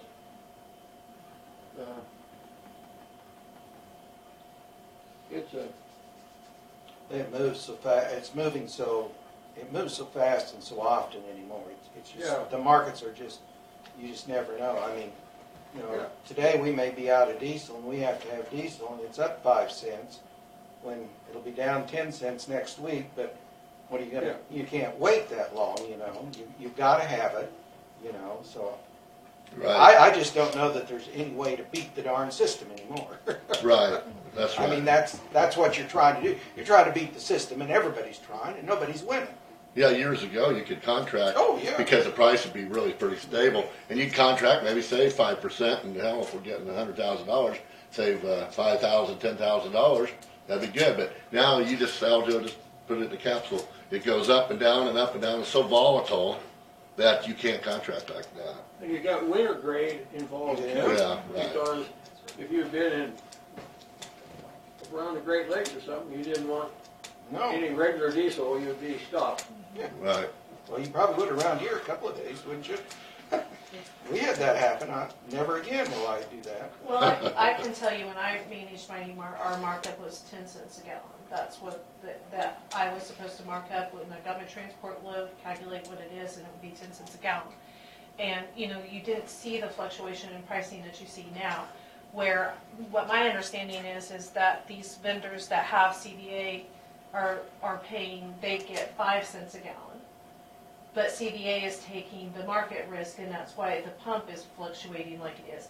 Now, when I bought it, you kept your price where it was at based upon the transport. And then if somebody got a lower transport and your price was still 10 cents higher, you still had to make the 10 cents. You still had to make your money on it, so you weren't able to lower your price. So that's kind of where it's at. But I think with CDA, they have the ability to fluctuate with the market more so than a private person has if they were doing it on their own. And that's probably why they only give them 5 cents a gallon rather than the 10 cents, is because then they're using the other 5 cents to fluctuate with the market. Fuel, you don't make money on the fuel, you make money on the people coming inside your door and buying your product. Yeah. That's what so one thing I learned working in the convenience store. But there is stability in knowing that you do either have a contract or a loyal customer. Mm-hmm. And I just don't see the county as serving to be a loyal customer. That's not our purpose. I would venture to say that all government entities should refrain from having such relationships with vendors. It's public money, therefore it needs to be scrutinized as you go, piece by piece. Now, signing a contract is different because you're trying to get the best deal, and I understand we might not be able to do that with fuel. But it's just an example for me to say why I think the spending policy has to show somewhere that we're making an effort to gather those bids, to shop around, not to just, I find it interesting. We had someone come in here today who's about to work for the company that he brought us the bid from, and there were no competitive bids. It's, it is what it is.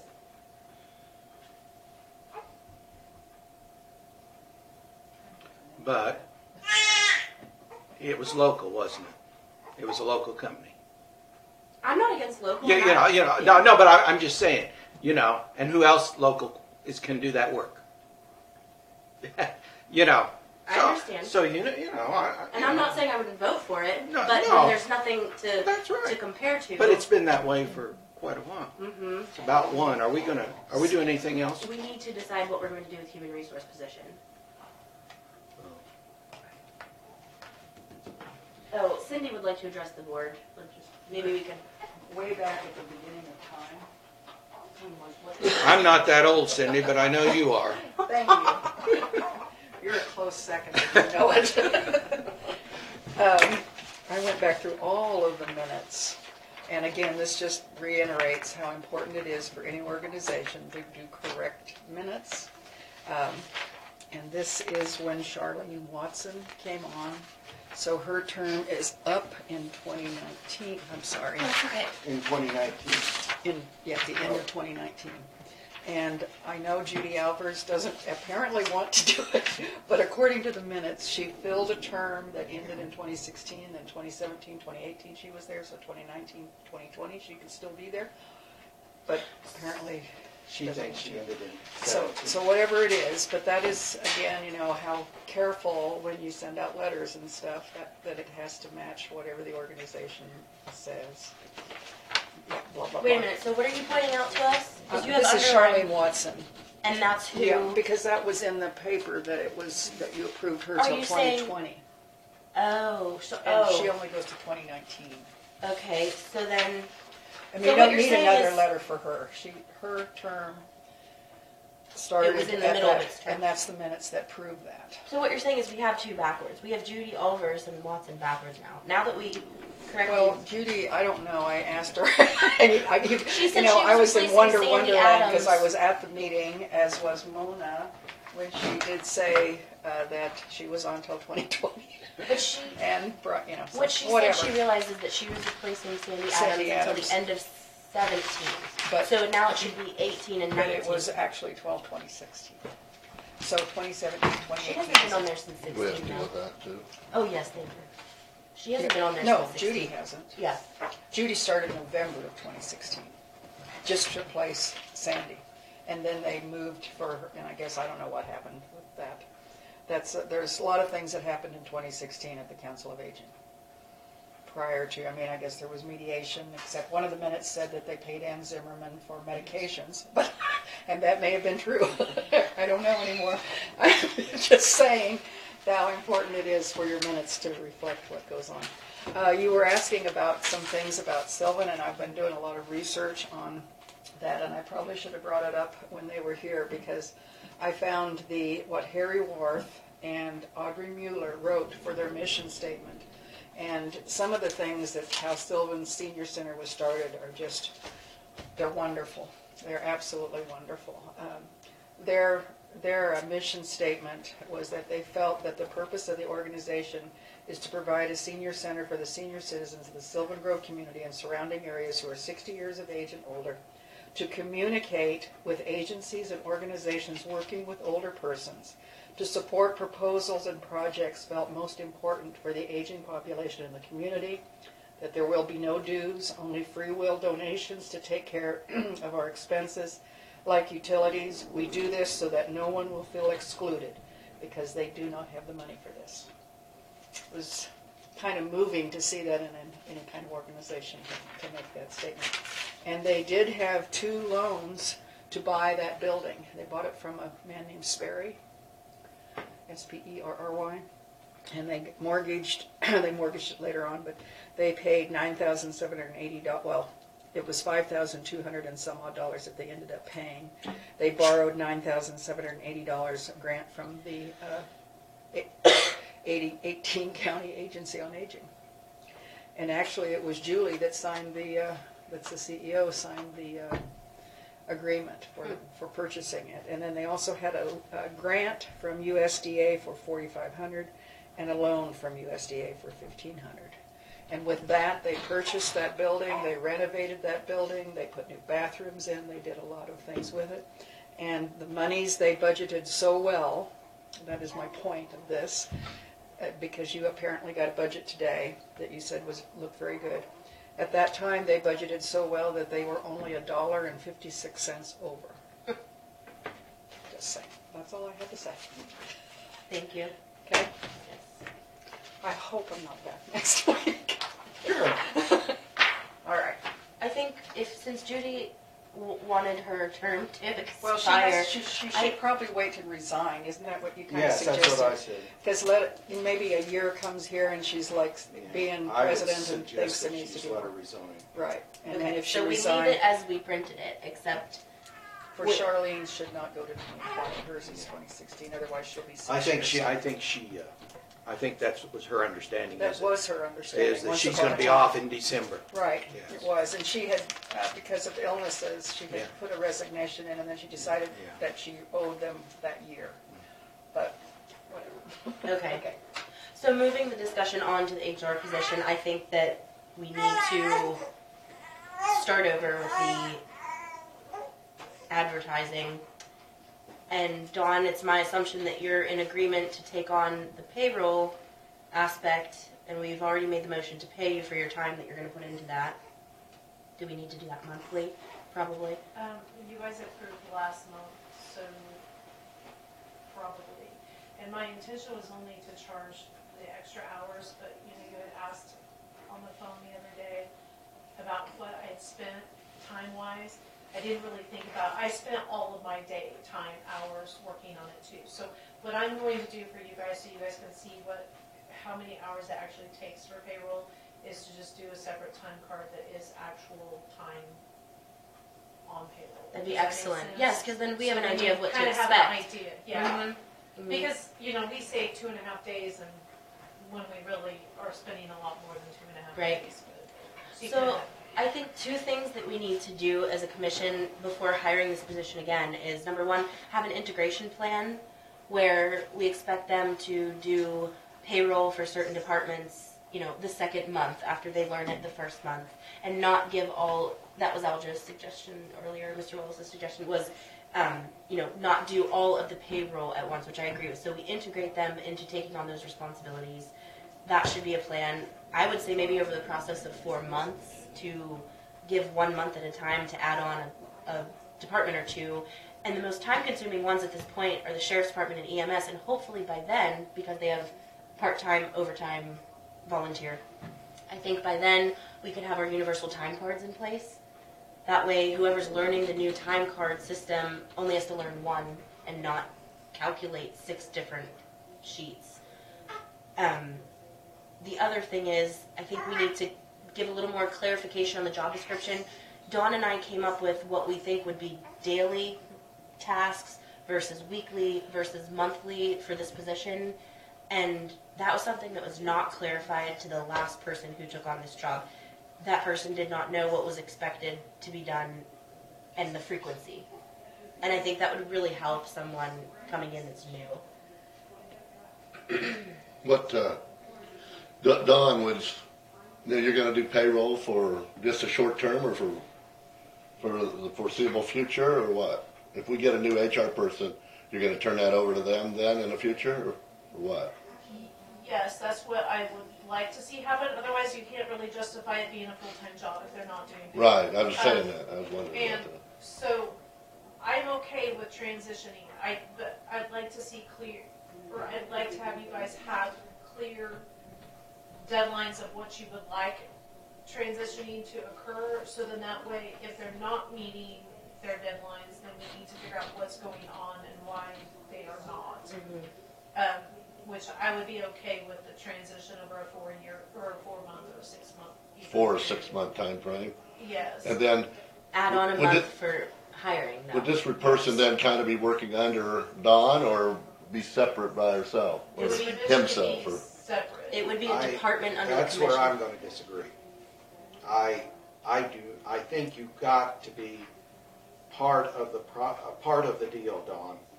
Not only do I think you need to be in on the interviews, county clerk needs control of that payroll person to some extent. I don't think they cannot answer to you. Okay, so I'm going to interject that she is an elected official. I know that. And, I know that. And if you put a department under her, I'm not putting another department under her. I'm just saying she's wanting to give up the payroll, and I think the payroll needs to stay. Supervision needs to stay with the county clerk, because I think you're in the position that you know what's going on, and you're the one that can supervise her. I can't. I'll be right on. Yeah, I don't think anybody on this board No. can do anything with payroll, but you could. Yeah, you can. So you got to have You're the county clerk. You got to have some direct input and control over, at least for the 6 months, right? oh yes, but Yeah. he's talking about Long like term. extended. Well, long term, if the person would work out 6 months, then you can let her go or him go, and then you could maybe be, if they're competent, be on their own. But we don't want another situation we just had here in the last 2-3 months, right? Right. And maybe how we work this out is, I struggle with how to get what I'm thinking in my head out of my mouth. But I just feel like HR really should be, employees really should be your guys' responsibility, because right now what it is, well, Don Harlow said this, Exactly. and Don Harlow said that, And I agree with you with that part. Okay, so let me give you an example of what Deborah used to do. So we double check and triple check everything, and maybe ridiculously so.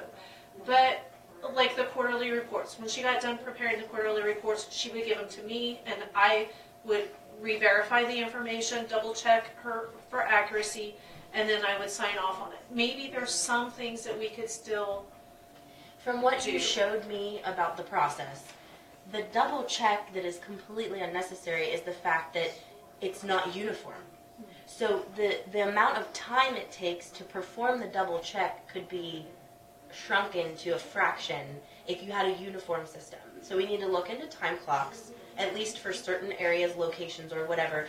That completely automates the check for their time as far as the daily check to the weekly check. Okay? So, for example, the double and triple checks happen because the supervisor is checking the employee's handwritten entrance and math. Then the payroll person who is calculating all of that is double checking the math of the supervisor, and even the supervisor has made mistakes on the employee, so there's a triple check. then Dawn was taking the payroll person's math and double checking it, and also looking for exemptions like what happens when they're overtime, or for example, the sheriff's department doesn't even start overtime until 43 hours, so that needs to be checked that the 43 is added, not the 40, before you start paying hourly overtime. So it's almost a quadruple check, because then when you input it into the system, you're still asking the system to check your math and looking at their pay rate and seeing if that dollar amount is correct. I think that can very much be consolidated by using a little bit of technology and uniformity. Every department has a different time card, and that's just... Now, I did talk to Comtech, and Riley County is the only county that has a time clock system that still has their payroll. And he said we do have counties that have different payroll systems, so that could be an option. And he said we've figured out how to get it integrated into the bookkeeping system.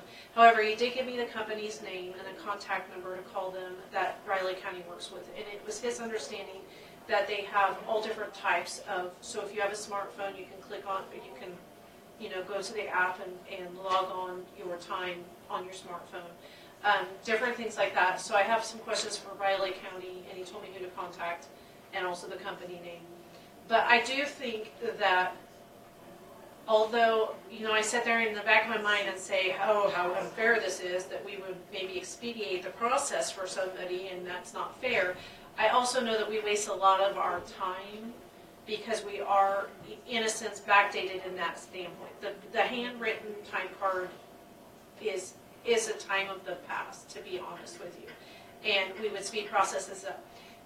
After doing payroll and thinking about it again, let's say if we did increase payroll, say we paid twice a month, you're going to be doing payroll twice then. So the time is still going to be twice the time to process payroll. And I was, thinking, oh, well, that would be easier. And it really, honestly, it would be easier for recruitment, but to time-wise, once a month payroll is what we... But if we had a time clock system that sped that process up, it might not actually take that much more time. It's just learning to use it. Well, and to full disclosure, some of the people, at least one person who has approached me about increased frequency of pay, has now kind of changed their tune. So I'm not sure that that's necessarily what the employees want. It's something I've been approached with last year, and I've not brought it up until it seemed like this is an applicable time with a new HR person, yada yada. So maybe we do just need to pull them and find out where everyone is, because it's really not, it doesn't affect us, it affects their paycheck and their budgeting system that they're on. Well, I think first we need to figure out how to get this process going, and then we can go to, if we want to. Yeah, we can always increase it. Yeah, we can. Yeah. That's something to be done way in the future. We've got to get this problem solved now. Yes. But I will say that regardless of having a universal time card, they need to be turned in on time, and that has been an issue. And it's an issue with, I will defend LaDonna's argument that he or she did her evaluations, which is going to be another hang-up. Now we have merit raises hinging on evaluations that we have no one to go through because we don't have an HR person. And I don't think that should be Dawn's job. So we are in a little bit of a hiccup as far as that process goes. Well, and you guys were at lunch, but Brandon had made some comment about what if we would move the end date up. A long time ago, and I think this was probably pre to you, but when I first started here, we paid through the 31st, or whatever the last working day of the month was, so it would cause everybody to have to estimate their time. Then we moved it to the 25th. Maybe what we really should do is move it to the 20th, where a person has more days to process and catch those errors, because you were trying to cram so much in. But why can't it be? What I don't understand is, who is not filling out a time card that they can't turn it in on a Friday or a Monday? That's a problem.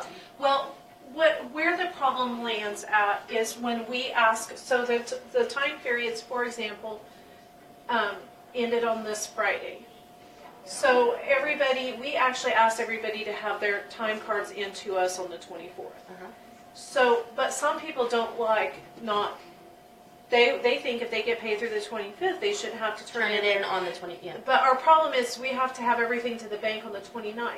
So in order, you have a working day to do it. Yes. So that's where the biggest hang-up is. But what I've seen of the time cards, I'm just going to use the highway department as an example. They only go by the week. So if your 1 week is done, why can it not be handed in? It's like handing in your homework. They do. They turn theirs But in. do you get it every week? We get the majority of the employees that are turning them in. Most of the time, we get every employee except for the outlying shops. And it used to be that they went and picked those time cards up, but they don't. Now I will tell you, in September, October, and November, I questioned why we didn't have their shop people's time cards, because we should have their shop people. In-house, yes. here. Yeah. Anybody that's here in town, there's no reason why You we can't shouldn't have have.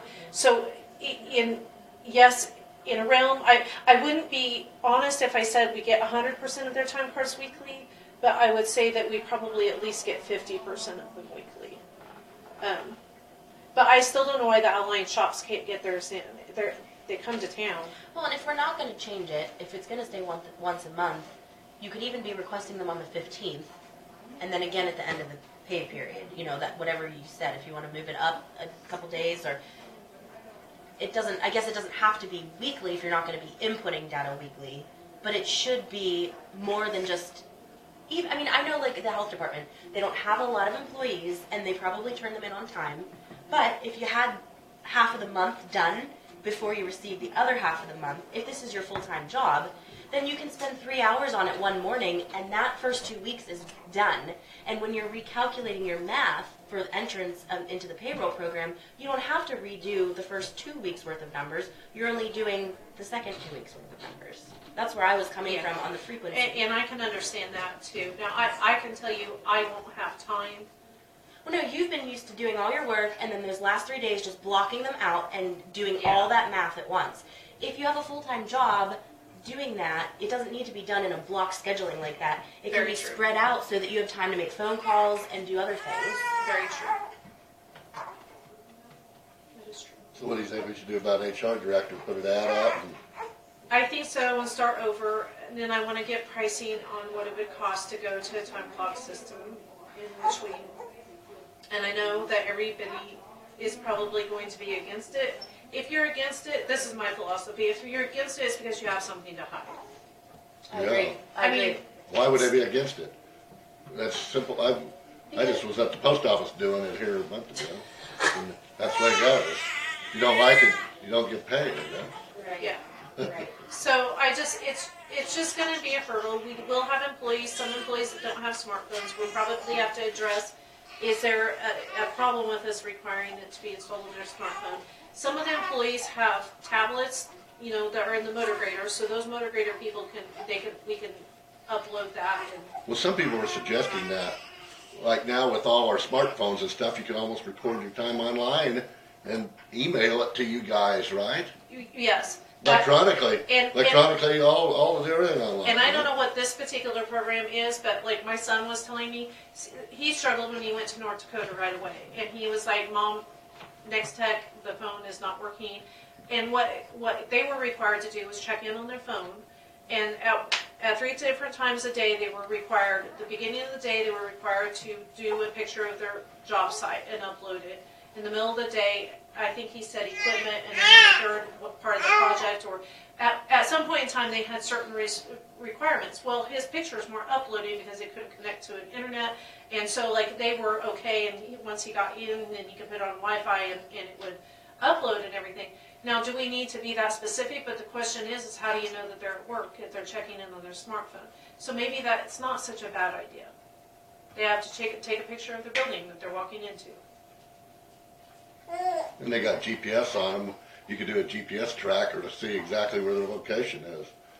The post office had that on a scanner.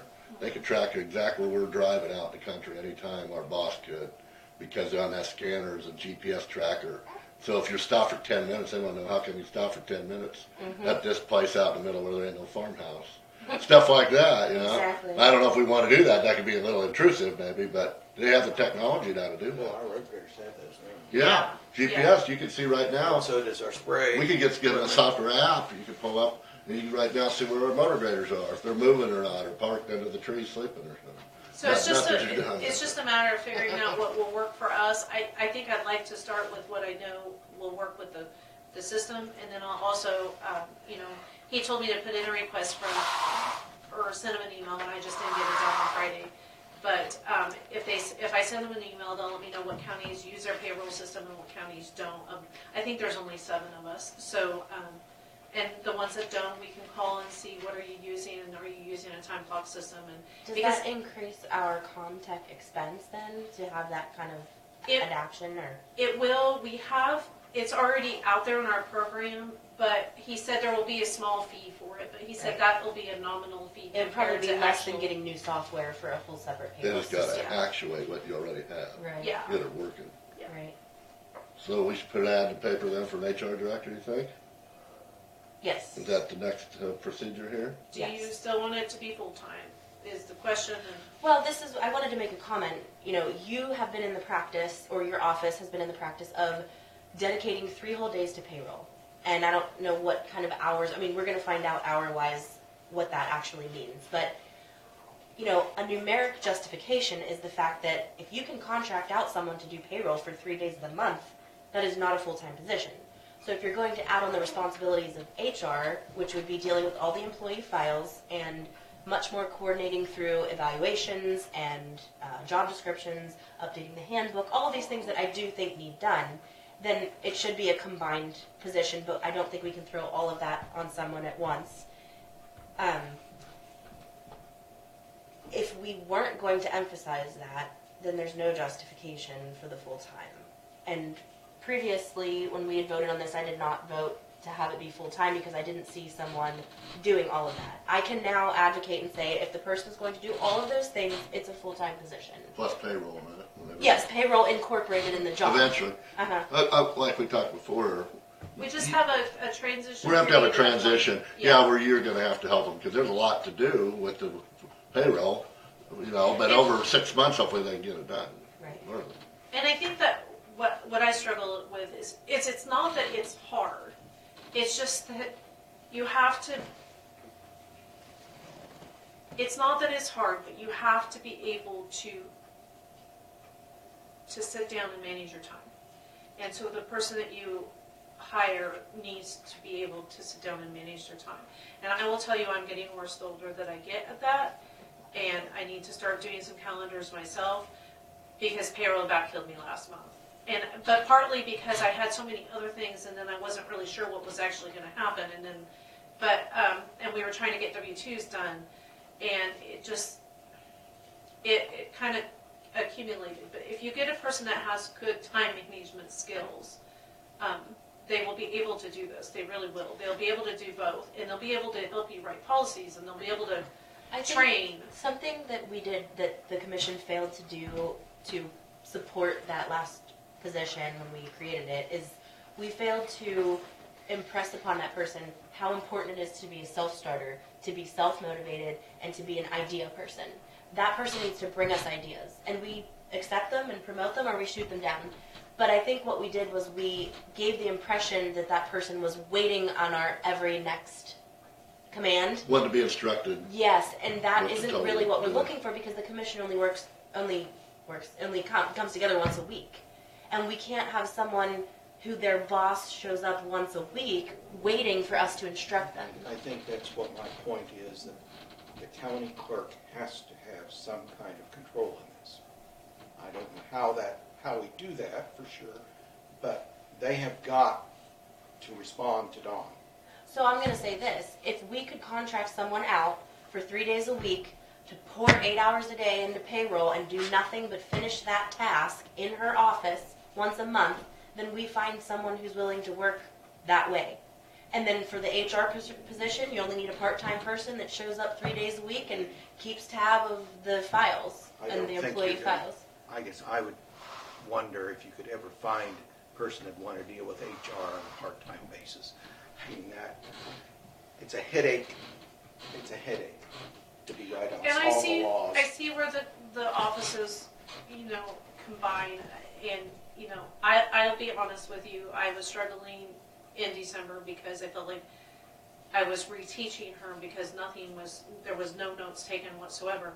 So then it came to crunch time because the health insurance bill through the state of Kansas, comes out on the 24th and 25th of the month. This month it was the 24th. I didn't realize it. But in December, I think it came out on the 26th, So we had very few days to calculate everybody's health insurance premiums. So I was doing that part of the job for her, which technically should have been, but yet, you know, I don't know. I think there will be a combination of both, and I really need to be able to figure out how to get what's in my head out into my voice. But one of the other differences with the way that we process our payroll, you know, we were hiring someone out of a corporate setting that had a software system that did a lot of the pre-calculations and a time clock system that already had inputted information. So then we were asking someone who was used to that environment to hand calculate, hand input, and then separately pay our calculated portions of our state and federal portion of our tax, our employment tax. That is a different setup, and I think that wasn't clearly explained. And do you understand what I'm saying? Yeah, it was all electronically done for her before, and now manually doing it, right? Exactly. Right, yeah. Exactly. Yeah, Which that takes was time yeah. to learn Yeah. and implement, especially if you don't know the reasoning and the logic behind it, which I don't think people know when they're just introduced to a software program and this is file, you know, tab A and B, and just input information from these papers into that file tab. It's different than knowing, you know, Dawn, you've gone through the whole process, you know why and how it's calculated and the nuts and bolts of it. That's not something someone can learn in a short period of time. Even if they've been familiar with HR, unfortunately. We've automated so many things at this point. And we're using an antiquated system. And my biggest complaint, again, is the fact that we have so many different time cards. The math there, I mean, you're literally calculating each individual employee's quarter or half hour time to match it. yeah, and then you throw in the law enforcement has, if they call you out, you get paid 2 hours automatically, regardless of if you're out a half an hour, 15 minutes, or 3 hours. Well, you mean if you're on call? No, like if they, let's say they have, I don't know, let's just say they have a DUI and they need another officer to assist. They call an officer out to come out and assist. They guarantee them 2 hours of time regardless. But is that person already scheduled, or are No. they just okay? So it's they're like on calling call. somebody that's not. So it's an on-call situation. I get Well, it. what his way to encourage his officers to come out is to pay Make them sure a they get minimum that. of 2 hours. Yeah. The thing is with that is if they haven't worked their number of hours, the 2 hours can be regular time, or what they actually work could be overtime, but the rest of it be regular time. Because you don't have to pay them if they didn't work. So if, let's say it's a half an hour that they were actually out, then it could be just a half an hour that's overtime, and the rest of it is regular time because they didn't physically work, Yeah. if that makes sense. And so it throws in a whole nother realm, and we'll have to figure out that on a time clock system, but I'm confident that we can. Because what, I'm trying to impress upon them is I just want you to record what you worked. What you worked, and then when we get Let you figure out how many hours you did until you start getting overtime Yes. pay or vacation pay or whatever. Yes, and Yeah. so that's what I'm not sure when the time cards started to go away, besides when they started to try to use Excel and get Excel to calculate their time for them, and then it's telling them, but then that's only as good as the operator that knows how to use Excel. But what it looks like to me right now is we have the health department and the sheriff's office having their people come in and clock in some sort of spreadsheet format, is what it looks like, on this end. So if that's the case, then they should have no problem transferring that from whichever computer they're, timing themselves, clocking in, clocking out, to whatever other mechanism we use. And so we're just, basically the highway department is going to be the biggest issue as far as coordinating time clocking and they may just not have, they still may have their paper time card where they're tracking what they're doing and where they're working at, and they just have the time clock system where they're clocking in and out, and we don't, because I don't really care about that, and that's what I've tried to tell them, just bring the time cards up and we'll send them back when we're done with them. Right. Because I get it that they do so much more tracking to figure out miles and where they've been and on what project. Yeah. But we don't care about that. We care about the start time, the end time, The and math. if they were not working, then they're on leave time. Right. So, so I will run an ad. Yes. Lincoln Sentinel, Lucas, I'm assuming, Salina. Salina, and what was the There was an HR Website. website that we had it on before, but I swear that one's going away at some point in time. Next Tech? Next tech, yeah. Next Tech, Next tech we probably could. that's a free You can put it on ad. our- The other one is that Indeed.com. I've heard a lot. I've heard a lot of things about that. Just it's nationwide, of course. You have to find our location or put in our location, but I'm kind of wondering if they don't pick up from newspaper. really, Because I've searched different. and they've had things listed. Yes. Okay. Maybe when I get really frustrated with my job, I go ahead and search and see what's available. Looking for a new job. Hey, you have experience But you can in calculating but you HR. can- You can pick by city, and yeah, some of it looks like maybe they're picking up off of websites Okay. somehow. But I will look into that. I just know that's one. Indeed and Monster are still pretty. I think that one's still pretty big.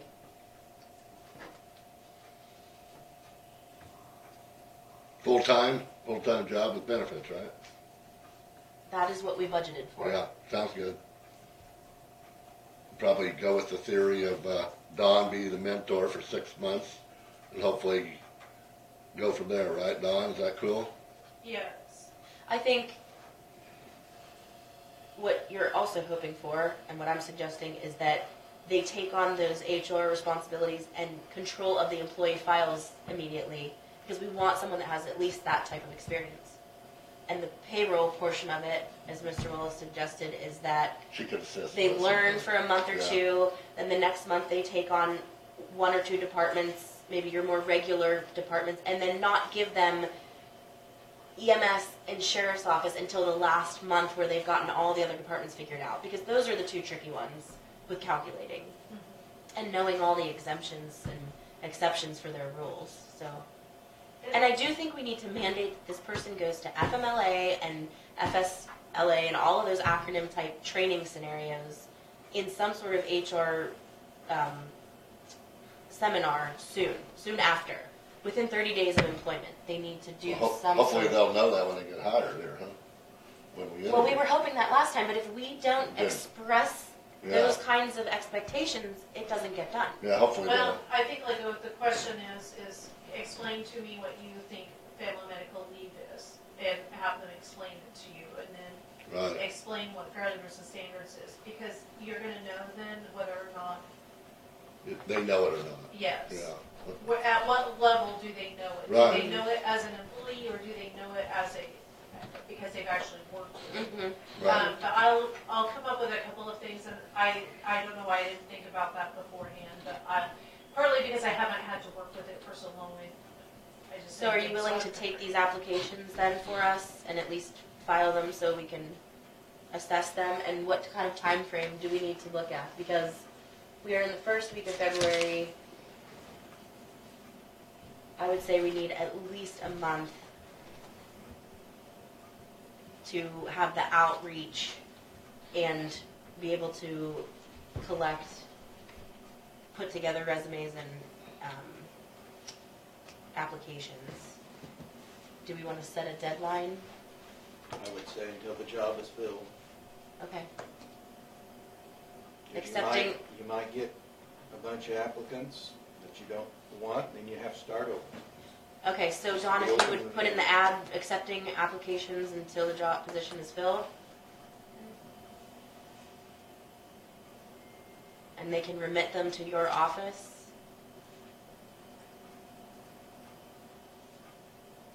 And it's full-time with benefits package. Should we have any requirements, like education requirements or anything like that? I would say prior experience Preferred. Yeah. expected. Bachelor's degree in HR. Master's degree in HR. Dawn has one of those, I think, so it's just not on paper. How about, Yeah, how come you can't go to college and say, can you give me a degree for all of my experience? For work experience. Some colleges will give you some of that, a little bit. how about HR experience expected? I think the preferred part is maybe the education, because we may get someone who's been in HR that's not formally educated, but I don't think we can hire someone who doesn't have any HR We won't. experience. That's We not what we're looking And we for. won't be able to pay enough money for highly And educated. a highly big Right. time ones. Yeah. Right. Exactly. We've experienced that. Does that make sense? If we say they have to have worked in HR, but if their degree is not in HR, that's just preferred. It's not. That's not going to Yeah. determine the job. Associates, bachelor's preferred, whatever. HR experience required, HR education preferred. Yeah, something like that. We may have someone who's 45 and never gone to college but worked in HR for 15 years. Yeah, that'd be darn good. So we gotta address this stuff and blow it Yes. off till next week. No, I think we should We just do better it go. because they wanted to disperse money. These are the approved applications through the web fund from this quarter. They do it quarterly, and we have the ROS program, which is where they do a match funding between either an employer or the state, and then our portion for that student to repay on student loans. So that's $1,500 for the ROS program Per year, per year. 4 or 5 years. For For 4. 5. Oh, it's 5? Yeah, for 5 Okay, years. excuse me, for 5 years. Thank you.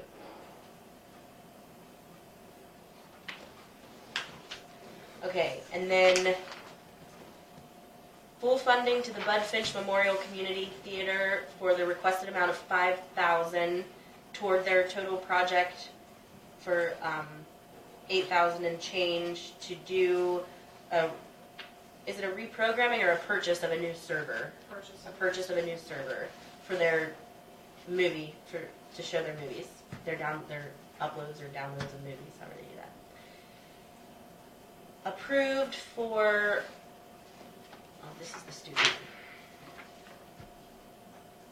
Approved the total project cost of $2,000 for the Lincoln Arts and Humanities organization, because they want to put on what do they call that? An exhibit of local artists.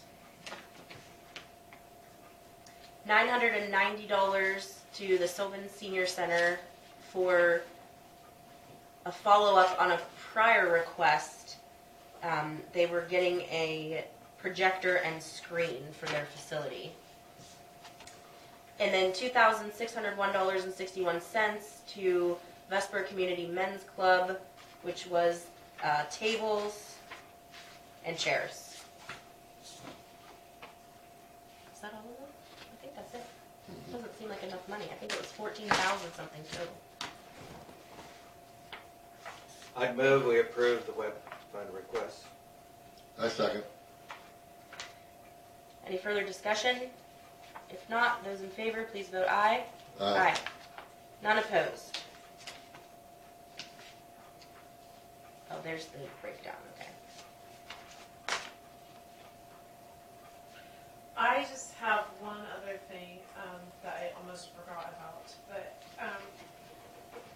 the refrigerator in the break room is actually owned by the Extension District, and since they're moving out, they would like to know whether or not we would like to buy it from them, or if we would like to buy our own and they'll take this one. But if you recall, probably, I don't know, Kathy Nielsen, maybe Aljo, you might have been here, but Kathy Nielsen had gotten some kind of a grant to put their food in it, so like when they do their projects. But Elisa really has no idea what to even ask for it, if we wanted to buy it outright from them. But they're gonna have to buy one to replace it. Are they interested in taking it? They will take it if we want to get rid of it, but then we'll have to buy it. I'm Something. assuming we'd want to buy one, but maybe we don't, I don't know. Well, People put their lunches in it. that's the kind of stuff that I have unfortunately been spending time looking at in my new profession. And you can get some really good deals. So I say let them take it, Okay. and we'll get our own. That way we don't cross funding, just let them have it, Okay. and we'll find something.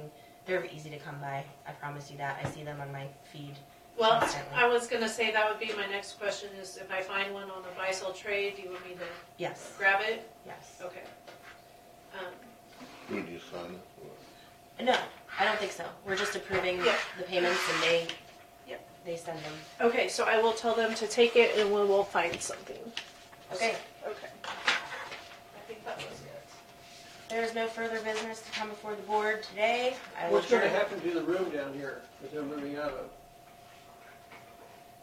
Well, I've kind of proposed that they turn that into the commission meeting room. Because I think it's wider like this, but it's thinner. And then you could leave these tables up. A lot of times when they have bigger meetings in here, they need to extend them this way. And not that that makes a difference, but we could have our own separate room.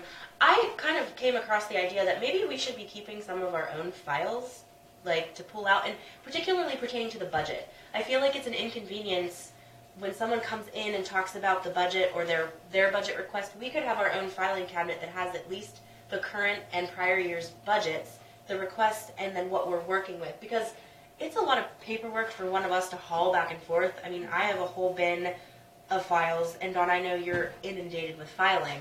Well, and I struggle leaving the meeting because then I feel like I missed something, and then I don't know where I've missed that. So I feel like if we just had a nice 2-drawer filing cabinet, the wide ones, we could have all of the current year's, at least the budget information is what I'm getting at. Sometimes some of this stuff gets lost from week to week as far as the documents that are brought to us by individual groups, and that'd be hard to file. I know you keep all of that. But just like today, I mean, Sylvan Senior Center came, they've already given us a budget. We don't have it in front of us, so you can't really talk about it. We can't pull out the LCCA's prior budget because now they're applying for, or they're resubmitting a new one. I feel like that may behoove the commission to have that information at our disposal.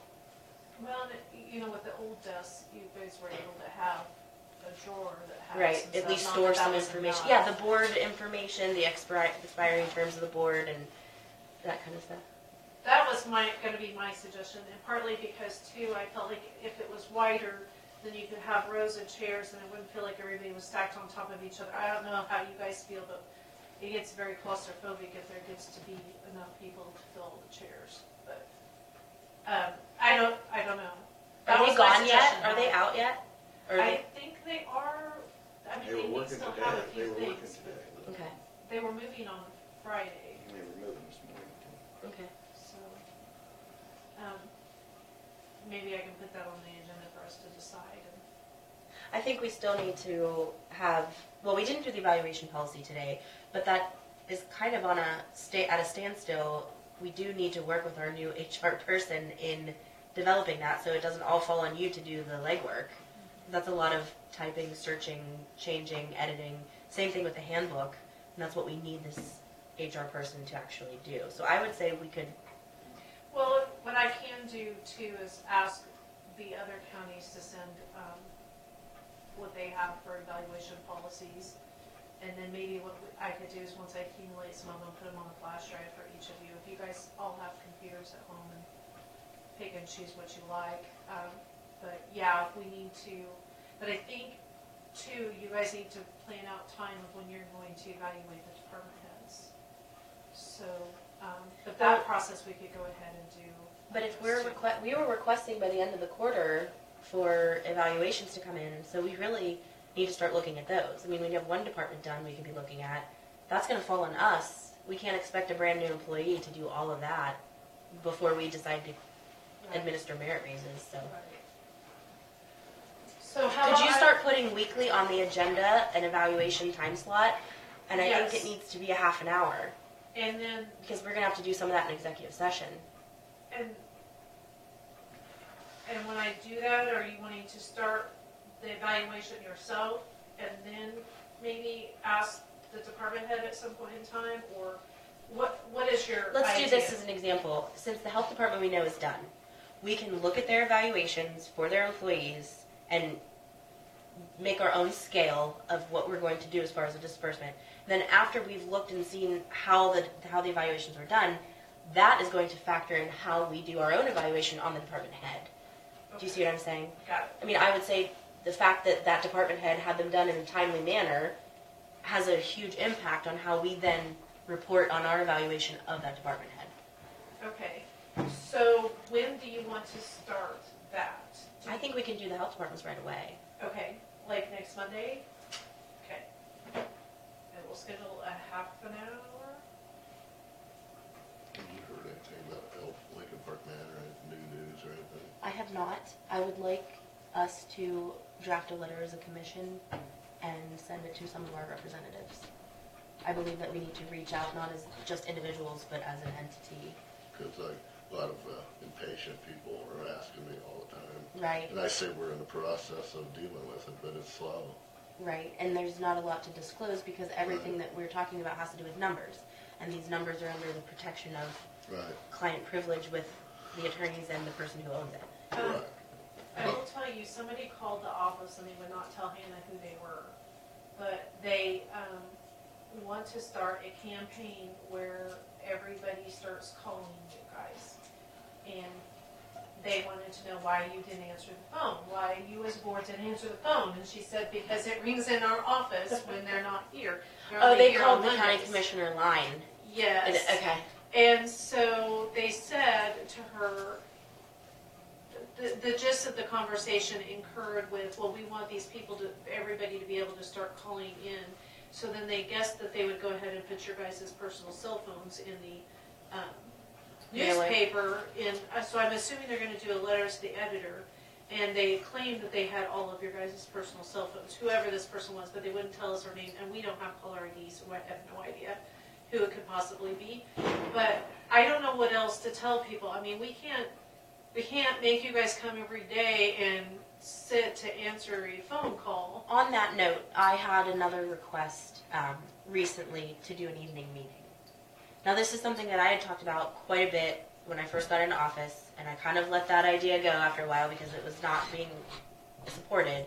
But I do think that is a perfect indicator of why we need to do something like that. And I'm not going to say it should be every Monday, but maybe we need to do the last Monday of the month an evening meeting, because a lot of the working taxpayers are not going to take a day off of work to come here and wait for their turn to sit in on our commission meeting, but they want to be heard. And I'll write back to the paper and say, you know, if you have concerns that you would like to personally address, please come to the meeting. And I often hear, well, I can't come to a meeting at 10 o'clock on a Monday. So I think we need to initiate having at least once a month evening meetings. And Dawn, I know that's inconvenient because you put in an 8-hour day here. So I don't know, as an elected official, I'm sure you can do your own comp time, but you never know how many hours this is going to be. The hard time with me is asking department heads to pay them overtime to come to a meeting. They wouldn't have to necessarily come and report on that meeting. They could come on a different day. It just would be a Did we already talk about having them come at the end of the month, or what did we say? Couldn't we have a county commission meeting, just not with a regular agenda with the department heads like we had today, but just a meeting to address the public, period? Yeah, but are you going to do that at 10 o'clock on a working day? No, on an evening. Yes. Yeah. But I'm saying she has to come because we have to record. Yeah. And that's, I mean, technically, do you? Is that the statute that you have to do? I mean, one of us could actually. I think technically I do have to. That whenever you guys are in session, either I do it or I appoint somebody. But I don't mind as long as it's not an every week thing. No, but what if it was once a month? Or once every 2-3 months, maybe. But like now, we got this Lincoln Park Manor issue. Obviously, it's a big deal, and the public doesn't know what's going on. And I think we should do some type of. I know we don't really have a lot to say, maybe, but they're wanting to know what's going on. And I don't know what we can tell them necessarily, but if we could have maybe something just to say we're working on it, I guess. Well, there are a lot of people that are interested. I mean, I've held a town hall every year for 3 years, and this last year we had over 100 people. Mm-hmm. So there is interest in all of the issues, but a lot of people, they don't want to come and sit through a meeting. They don't want their name recorded, or they don't want, there are some reasons why they won't come. But if we at least make it available in an evening, if they don't want to come, that's on them then. It's not like we're actually holding it in a place and time when they cannot. I mean, they'll just have to make arrangements to come in an evening. So I would suggest we do it once a month to get through the issue of Lincoln Park Manor. Because I do feel, I mean, I've said this several times. I said it in our committee on Lincoln Park Manor, and I said it here. We haven't made a press release. We haven't communicated to the public what our intentions are or where we are in the process. And while we can't disclose the numbers, we certainly can talk about what the issue is, the hang up on the licensing, We can talk about what our hopes for the future are for that facility, or what the financial impact may end up being. If someone is to tell us you're going to fund this at all costs, then we need to talk about what that means. You know, right now we have $2 million going out to our highway department. We have almost $500,000 going to our EMS, and same thing for our sheriff's department. Are we going? And we had $120,000 allocated to that facility every year. Are we going to bump that up to $500,000? I mean, is that something people are looking at? Because these people that say that you have to fund it no matter what, that's the kind of repercussion we have to discuss if that's, you know, a long-term investment. Well, I think you would be better off to have a joint meeting for that purpose only. I think if you go to a general meeting, I think we get hung up on a lot of other issues. But I think if we do a public meeting like we have in the past on Lincoln Park Manor, that would be something that would be discussed, and it would take, certainly it's going to take some time because there's people going to be asking questions. But as to have a formal meeting, it's just like today. We were to be out here at 1 o'clock. We haven't even done all the agenda, and it's now 1:45. You know, so I think that's part of the problem. We get hung up on a lot of things that I'm not sure need to be done in a public night meeting. I mean, some of the things that we have on our agenda, but I think we can have special, if you want to have a special meeting for Lincoln Park Manor, which is probably needs to be done since we have been unable to reach an agreement quickly. But I think that I would think that is not really, when we have those meetings at night, those need to be for special purposes, I guess is what I'm saying, specific purposes. Didn't we fall into the trap of having a Lincoln Park Manor meeting where we had irate members of the employment and certain residents saying that we needed to support this purchase and this new tenant at all costs? And here we are, having made that decision after we were trapped into a meeting where we had people standing up in the back of the courtroom, you need to support this, and they acted as if the transition from one owner to the next was the act of support, which we did. I voted against it. And here we are dealing with that owner that everyone was supporting at that time because it was the quick fix where you have one meeting to discuss it. This needs to be a recurring issue where things come out over time so that you can talk about the different scenarios. I mean, you can't sit down and say, we're going to have a 3-hour meeting on Lincoln Park Manor. It's as people need to roll in the door and express their concerns. I'm quite concerned that we've had so many people quit their jobs out there that are local residents, and they have not come to us and told us anything. That, to me, that means they feel that they can't approach the board, yet they want us to financially support it.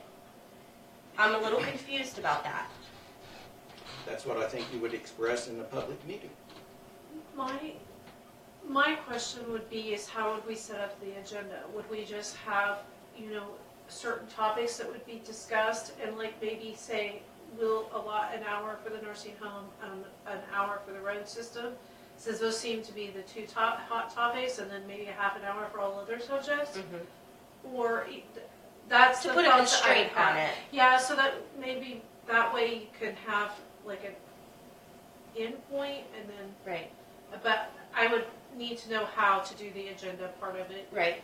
But I didn't like the very last working day of the month just because of the effect of the vendor. But I don't think the last Monday of the month would be bad, because then you wouldn't be hitting all the city councils and the school boards. You would be missing that. That's the first Monday, right? I think so. Most of them. School is second.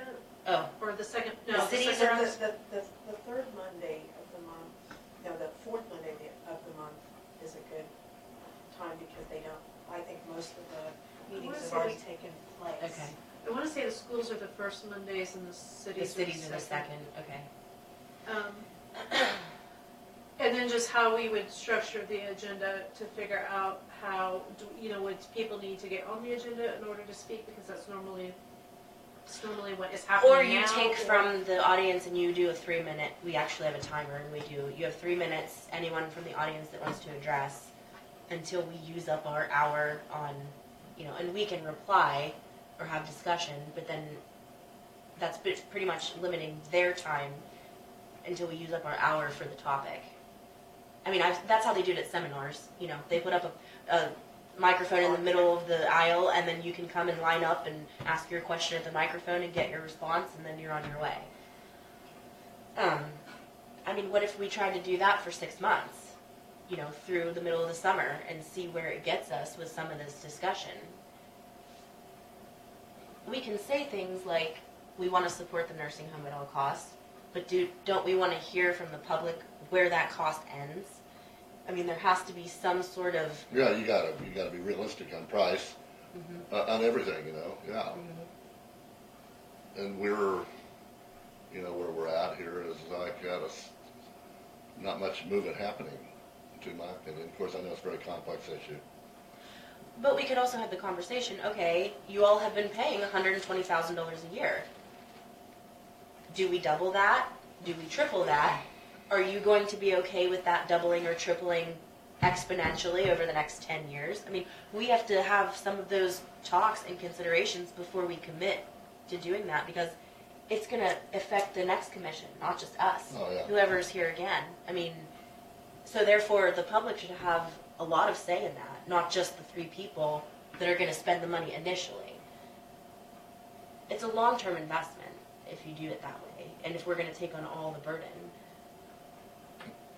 Well, right up, like I kind of agree with Al Joe, right up first thing, in the near future, we should maybe have, if we're going to do some evening things, should maybe be concentrating on the Lincoln Park Manor issue, though. I don't know if we want to call that an open meeting, or just a specialized meeting dealing with that issue only. That's kind of where I'm at. I'm not opposed to having special meetings that are Well, topic related. not once in a while, and I think we got a good, this is an issue where we should at least have a press release or something saying what we're doing and where we're going, I don't know if we could do a press release, we could do a meeting one night, have a town hall, Lincoln Park Manor, here's where we're at and what we're doing, and that, I don't know if that would help anything or what, but. Well, the request that was brought to me was just, are you going to try to do evening meetings ever? Because you talked about that, I talked about that last year, and more the year before. I'm open to that. I'm open to that regularly because I think it provides a better venue to involve more people. I think it'd be okay, but the issue which you guys brought up before, are you going to require the department heads to be here for when we talk to road? No. Okay, there you go. Well, that's just it. Then because if you require any of them to be here, then they're going to pay overtime, or what are you going to do with that? That's the issue but otherwise, it would be fine with me once a month. I wouldn't be against it. So I have a question in this. Would you prohibit a county employee from coming to the commission on an evening meeting to discuss things that they as citizens have issues with? No, in fact, I would encourage that. Because I have been told by several employees that they have personal issues with things that are happening probably in the other county. Departments. But actually, yeah. But they have been told that they cannot show up to a commission meeting to make complaints about something that's happening in the county because they are county employees. And that just seems wrong to me because they're also citizens. So if you have an evening meeting, would you prohibit a county employee from coming, let's say, some department, and they're having problems with the roads that they're driving on? They are not prohibited from coming at this time, too. They believe there's well, they're not, because it's an open meeting. But they they're can, also it's on during paid the day, time. they're on the payroll. I just tell them that they need to take their time off. They need to take their time off because they're That's not working for the county. But see, I don't agree with that. I mean, that's like saying any citizen that wants to come before the board that they elected has to pay to do so. We're already getting paid. I mean, they're having to use their own personal time off, which is dollars and time. I mean, everybody's time is worth something. And I don't feel like we get paid to sit here to tell other people that they have to give up their pay to come here. I mean, we've been fortunate enough to have a bit of an audience who are self-employed and can afford the time and, the interaction, and I appreciate that. I think more heads in the room, the better. And you can get worried about how out of control that gets at any point in time. But if you're allowing all the decisions to be made by the board when no one else is present, that's how you get into trouble. Well, The one issue with you was talking about the employee. As long as if they came and complained about their immediate boss or department head, then that would be not a good issue. Right. Yeah. Well, that would have to be understood there. Yeah, but if they're working for the health department and worried about the gravel road out here, I don't see no issue with that. That's just a citizen having an issue with their road. But if it got to personnel work relationships within their own deal, then that's not the issue. Well, just as long as that's understood. Yeah. Yeah. But an evening meeting would solve that, because then everyone would be equal. The only people on payroll at that point would be the three of you and Dawn. Everybody else would be coming. Well, when they're off work. When they're off work, yeah. Well, when that's they're off work. sure. Well, I don't see a reason why not. So my question to the board is, do we want to preemptively address something like this with a statement, or do we want to just hold a meeting and wait for the questions to come to us? Because if you're talking specifically about Lincoln Park Manor, I think Randy's right. We probably need to issue a press release that needs to be written out and published in the paper, and then I think we will see what the reaction is. And I think, it's a matter of what we're dealing with is, number one, the license. As, we're dealing with that. That's a complicated issue. The other thing is, how much are you willing to spend? How much is this county willing to spend? That's got to be, and we could, there's no problem saying it looks like it's going to may cost from $250,000 to $500,000 to sustain this nursing home in the near future. Maybe we just need to offer to sell it, have an auctioneer. Well, that's a possibility, Howard. I don't think there's much support out there for that from what I hear. But I don't hear people wanting to give $500,000 either. right? Yeah, There's a magic number somewhere. People got to know that it's going to cost money. a lot of people, or close the doors. And a lot of people don't want to close the doors, but if we're going to keep the doors open, it's going to cost a lot of money. So what do? There you go. Would you rather have a hospital for $500,000, or would you rather have a nursing home for $500,000? Mm-hmm. That's a good. Or either. Or do you not want any?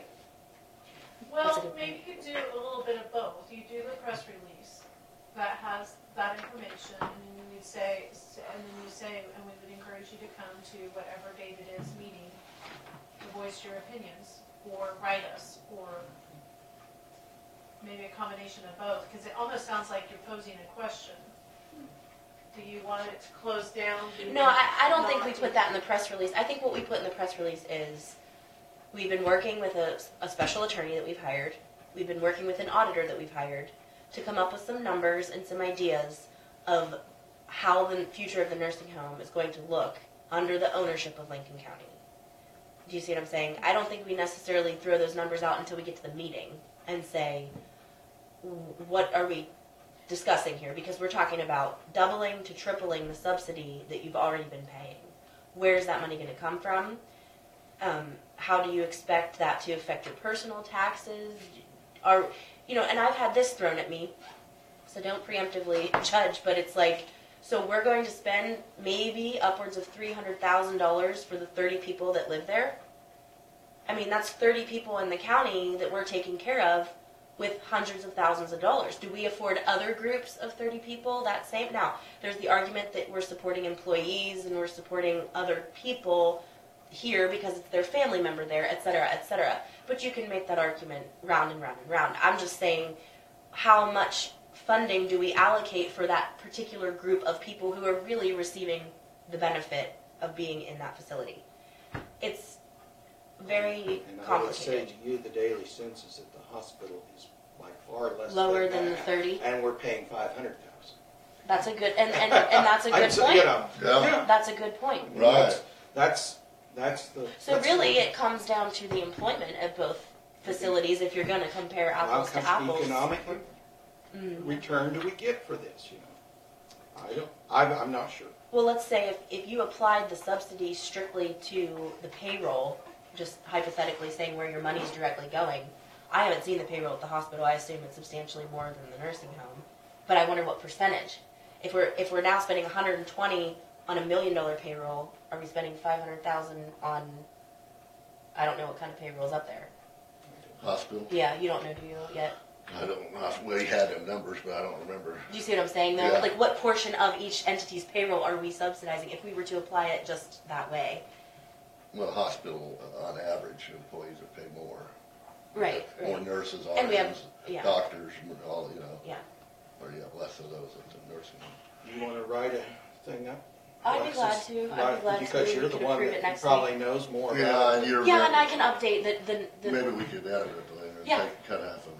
Yeah, yes, absolutely. No, that'd be good, I think. Yeah, That's I fine. think we should do something. That way then at least we're telling the public, here we are, this is where we're at. That way they can kind of calm down a little bit because they don't know a lot except what they hear downtown, and half of that may be wrong, half right, who knows, right?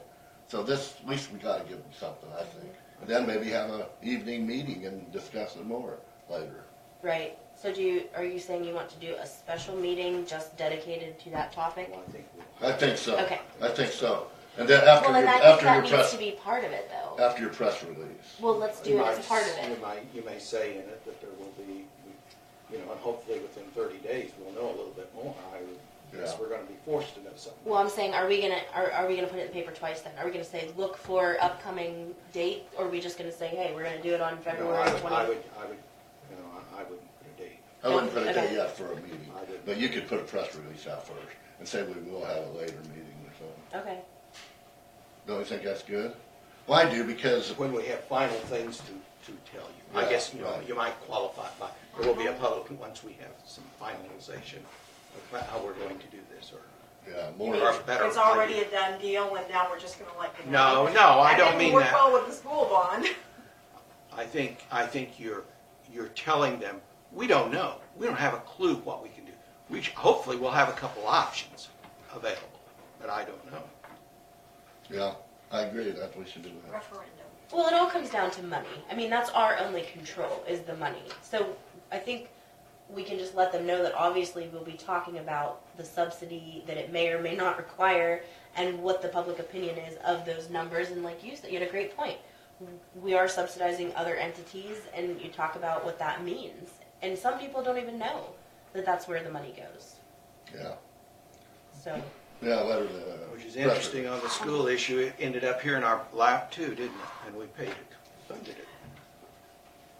So, Except, if it hadn't been a pilot, that money would have gone to the schools Taxes. anyway through No, taxes. no. Yes, it would have, if it hadn't been a not nearly pilot. that much. Actually, do the math. The math is actually correct. You are incorrect, Mr. Wallace. Do the math. are there any other issues to come before the board today? Thank you for staying and amending the agenda as we go. I will adjourn the meeting until next Monday, February 11th at 10 a.m. in this room, the basement meeting room of the courthouse.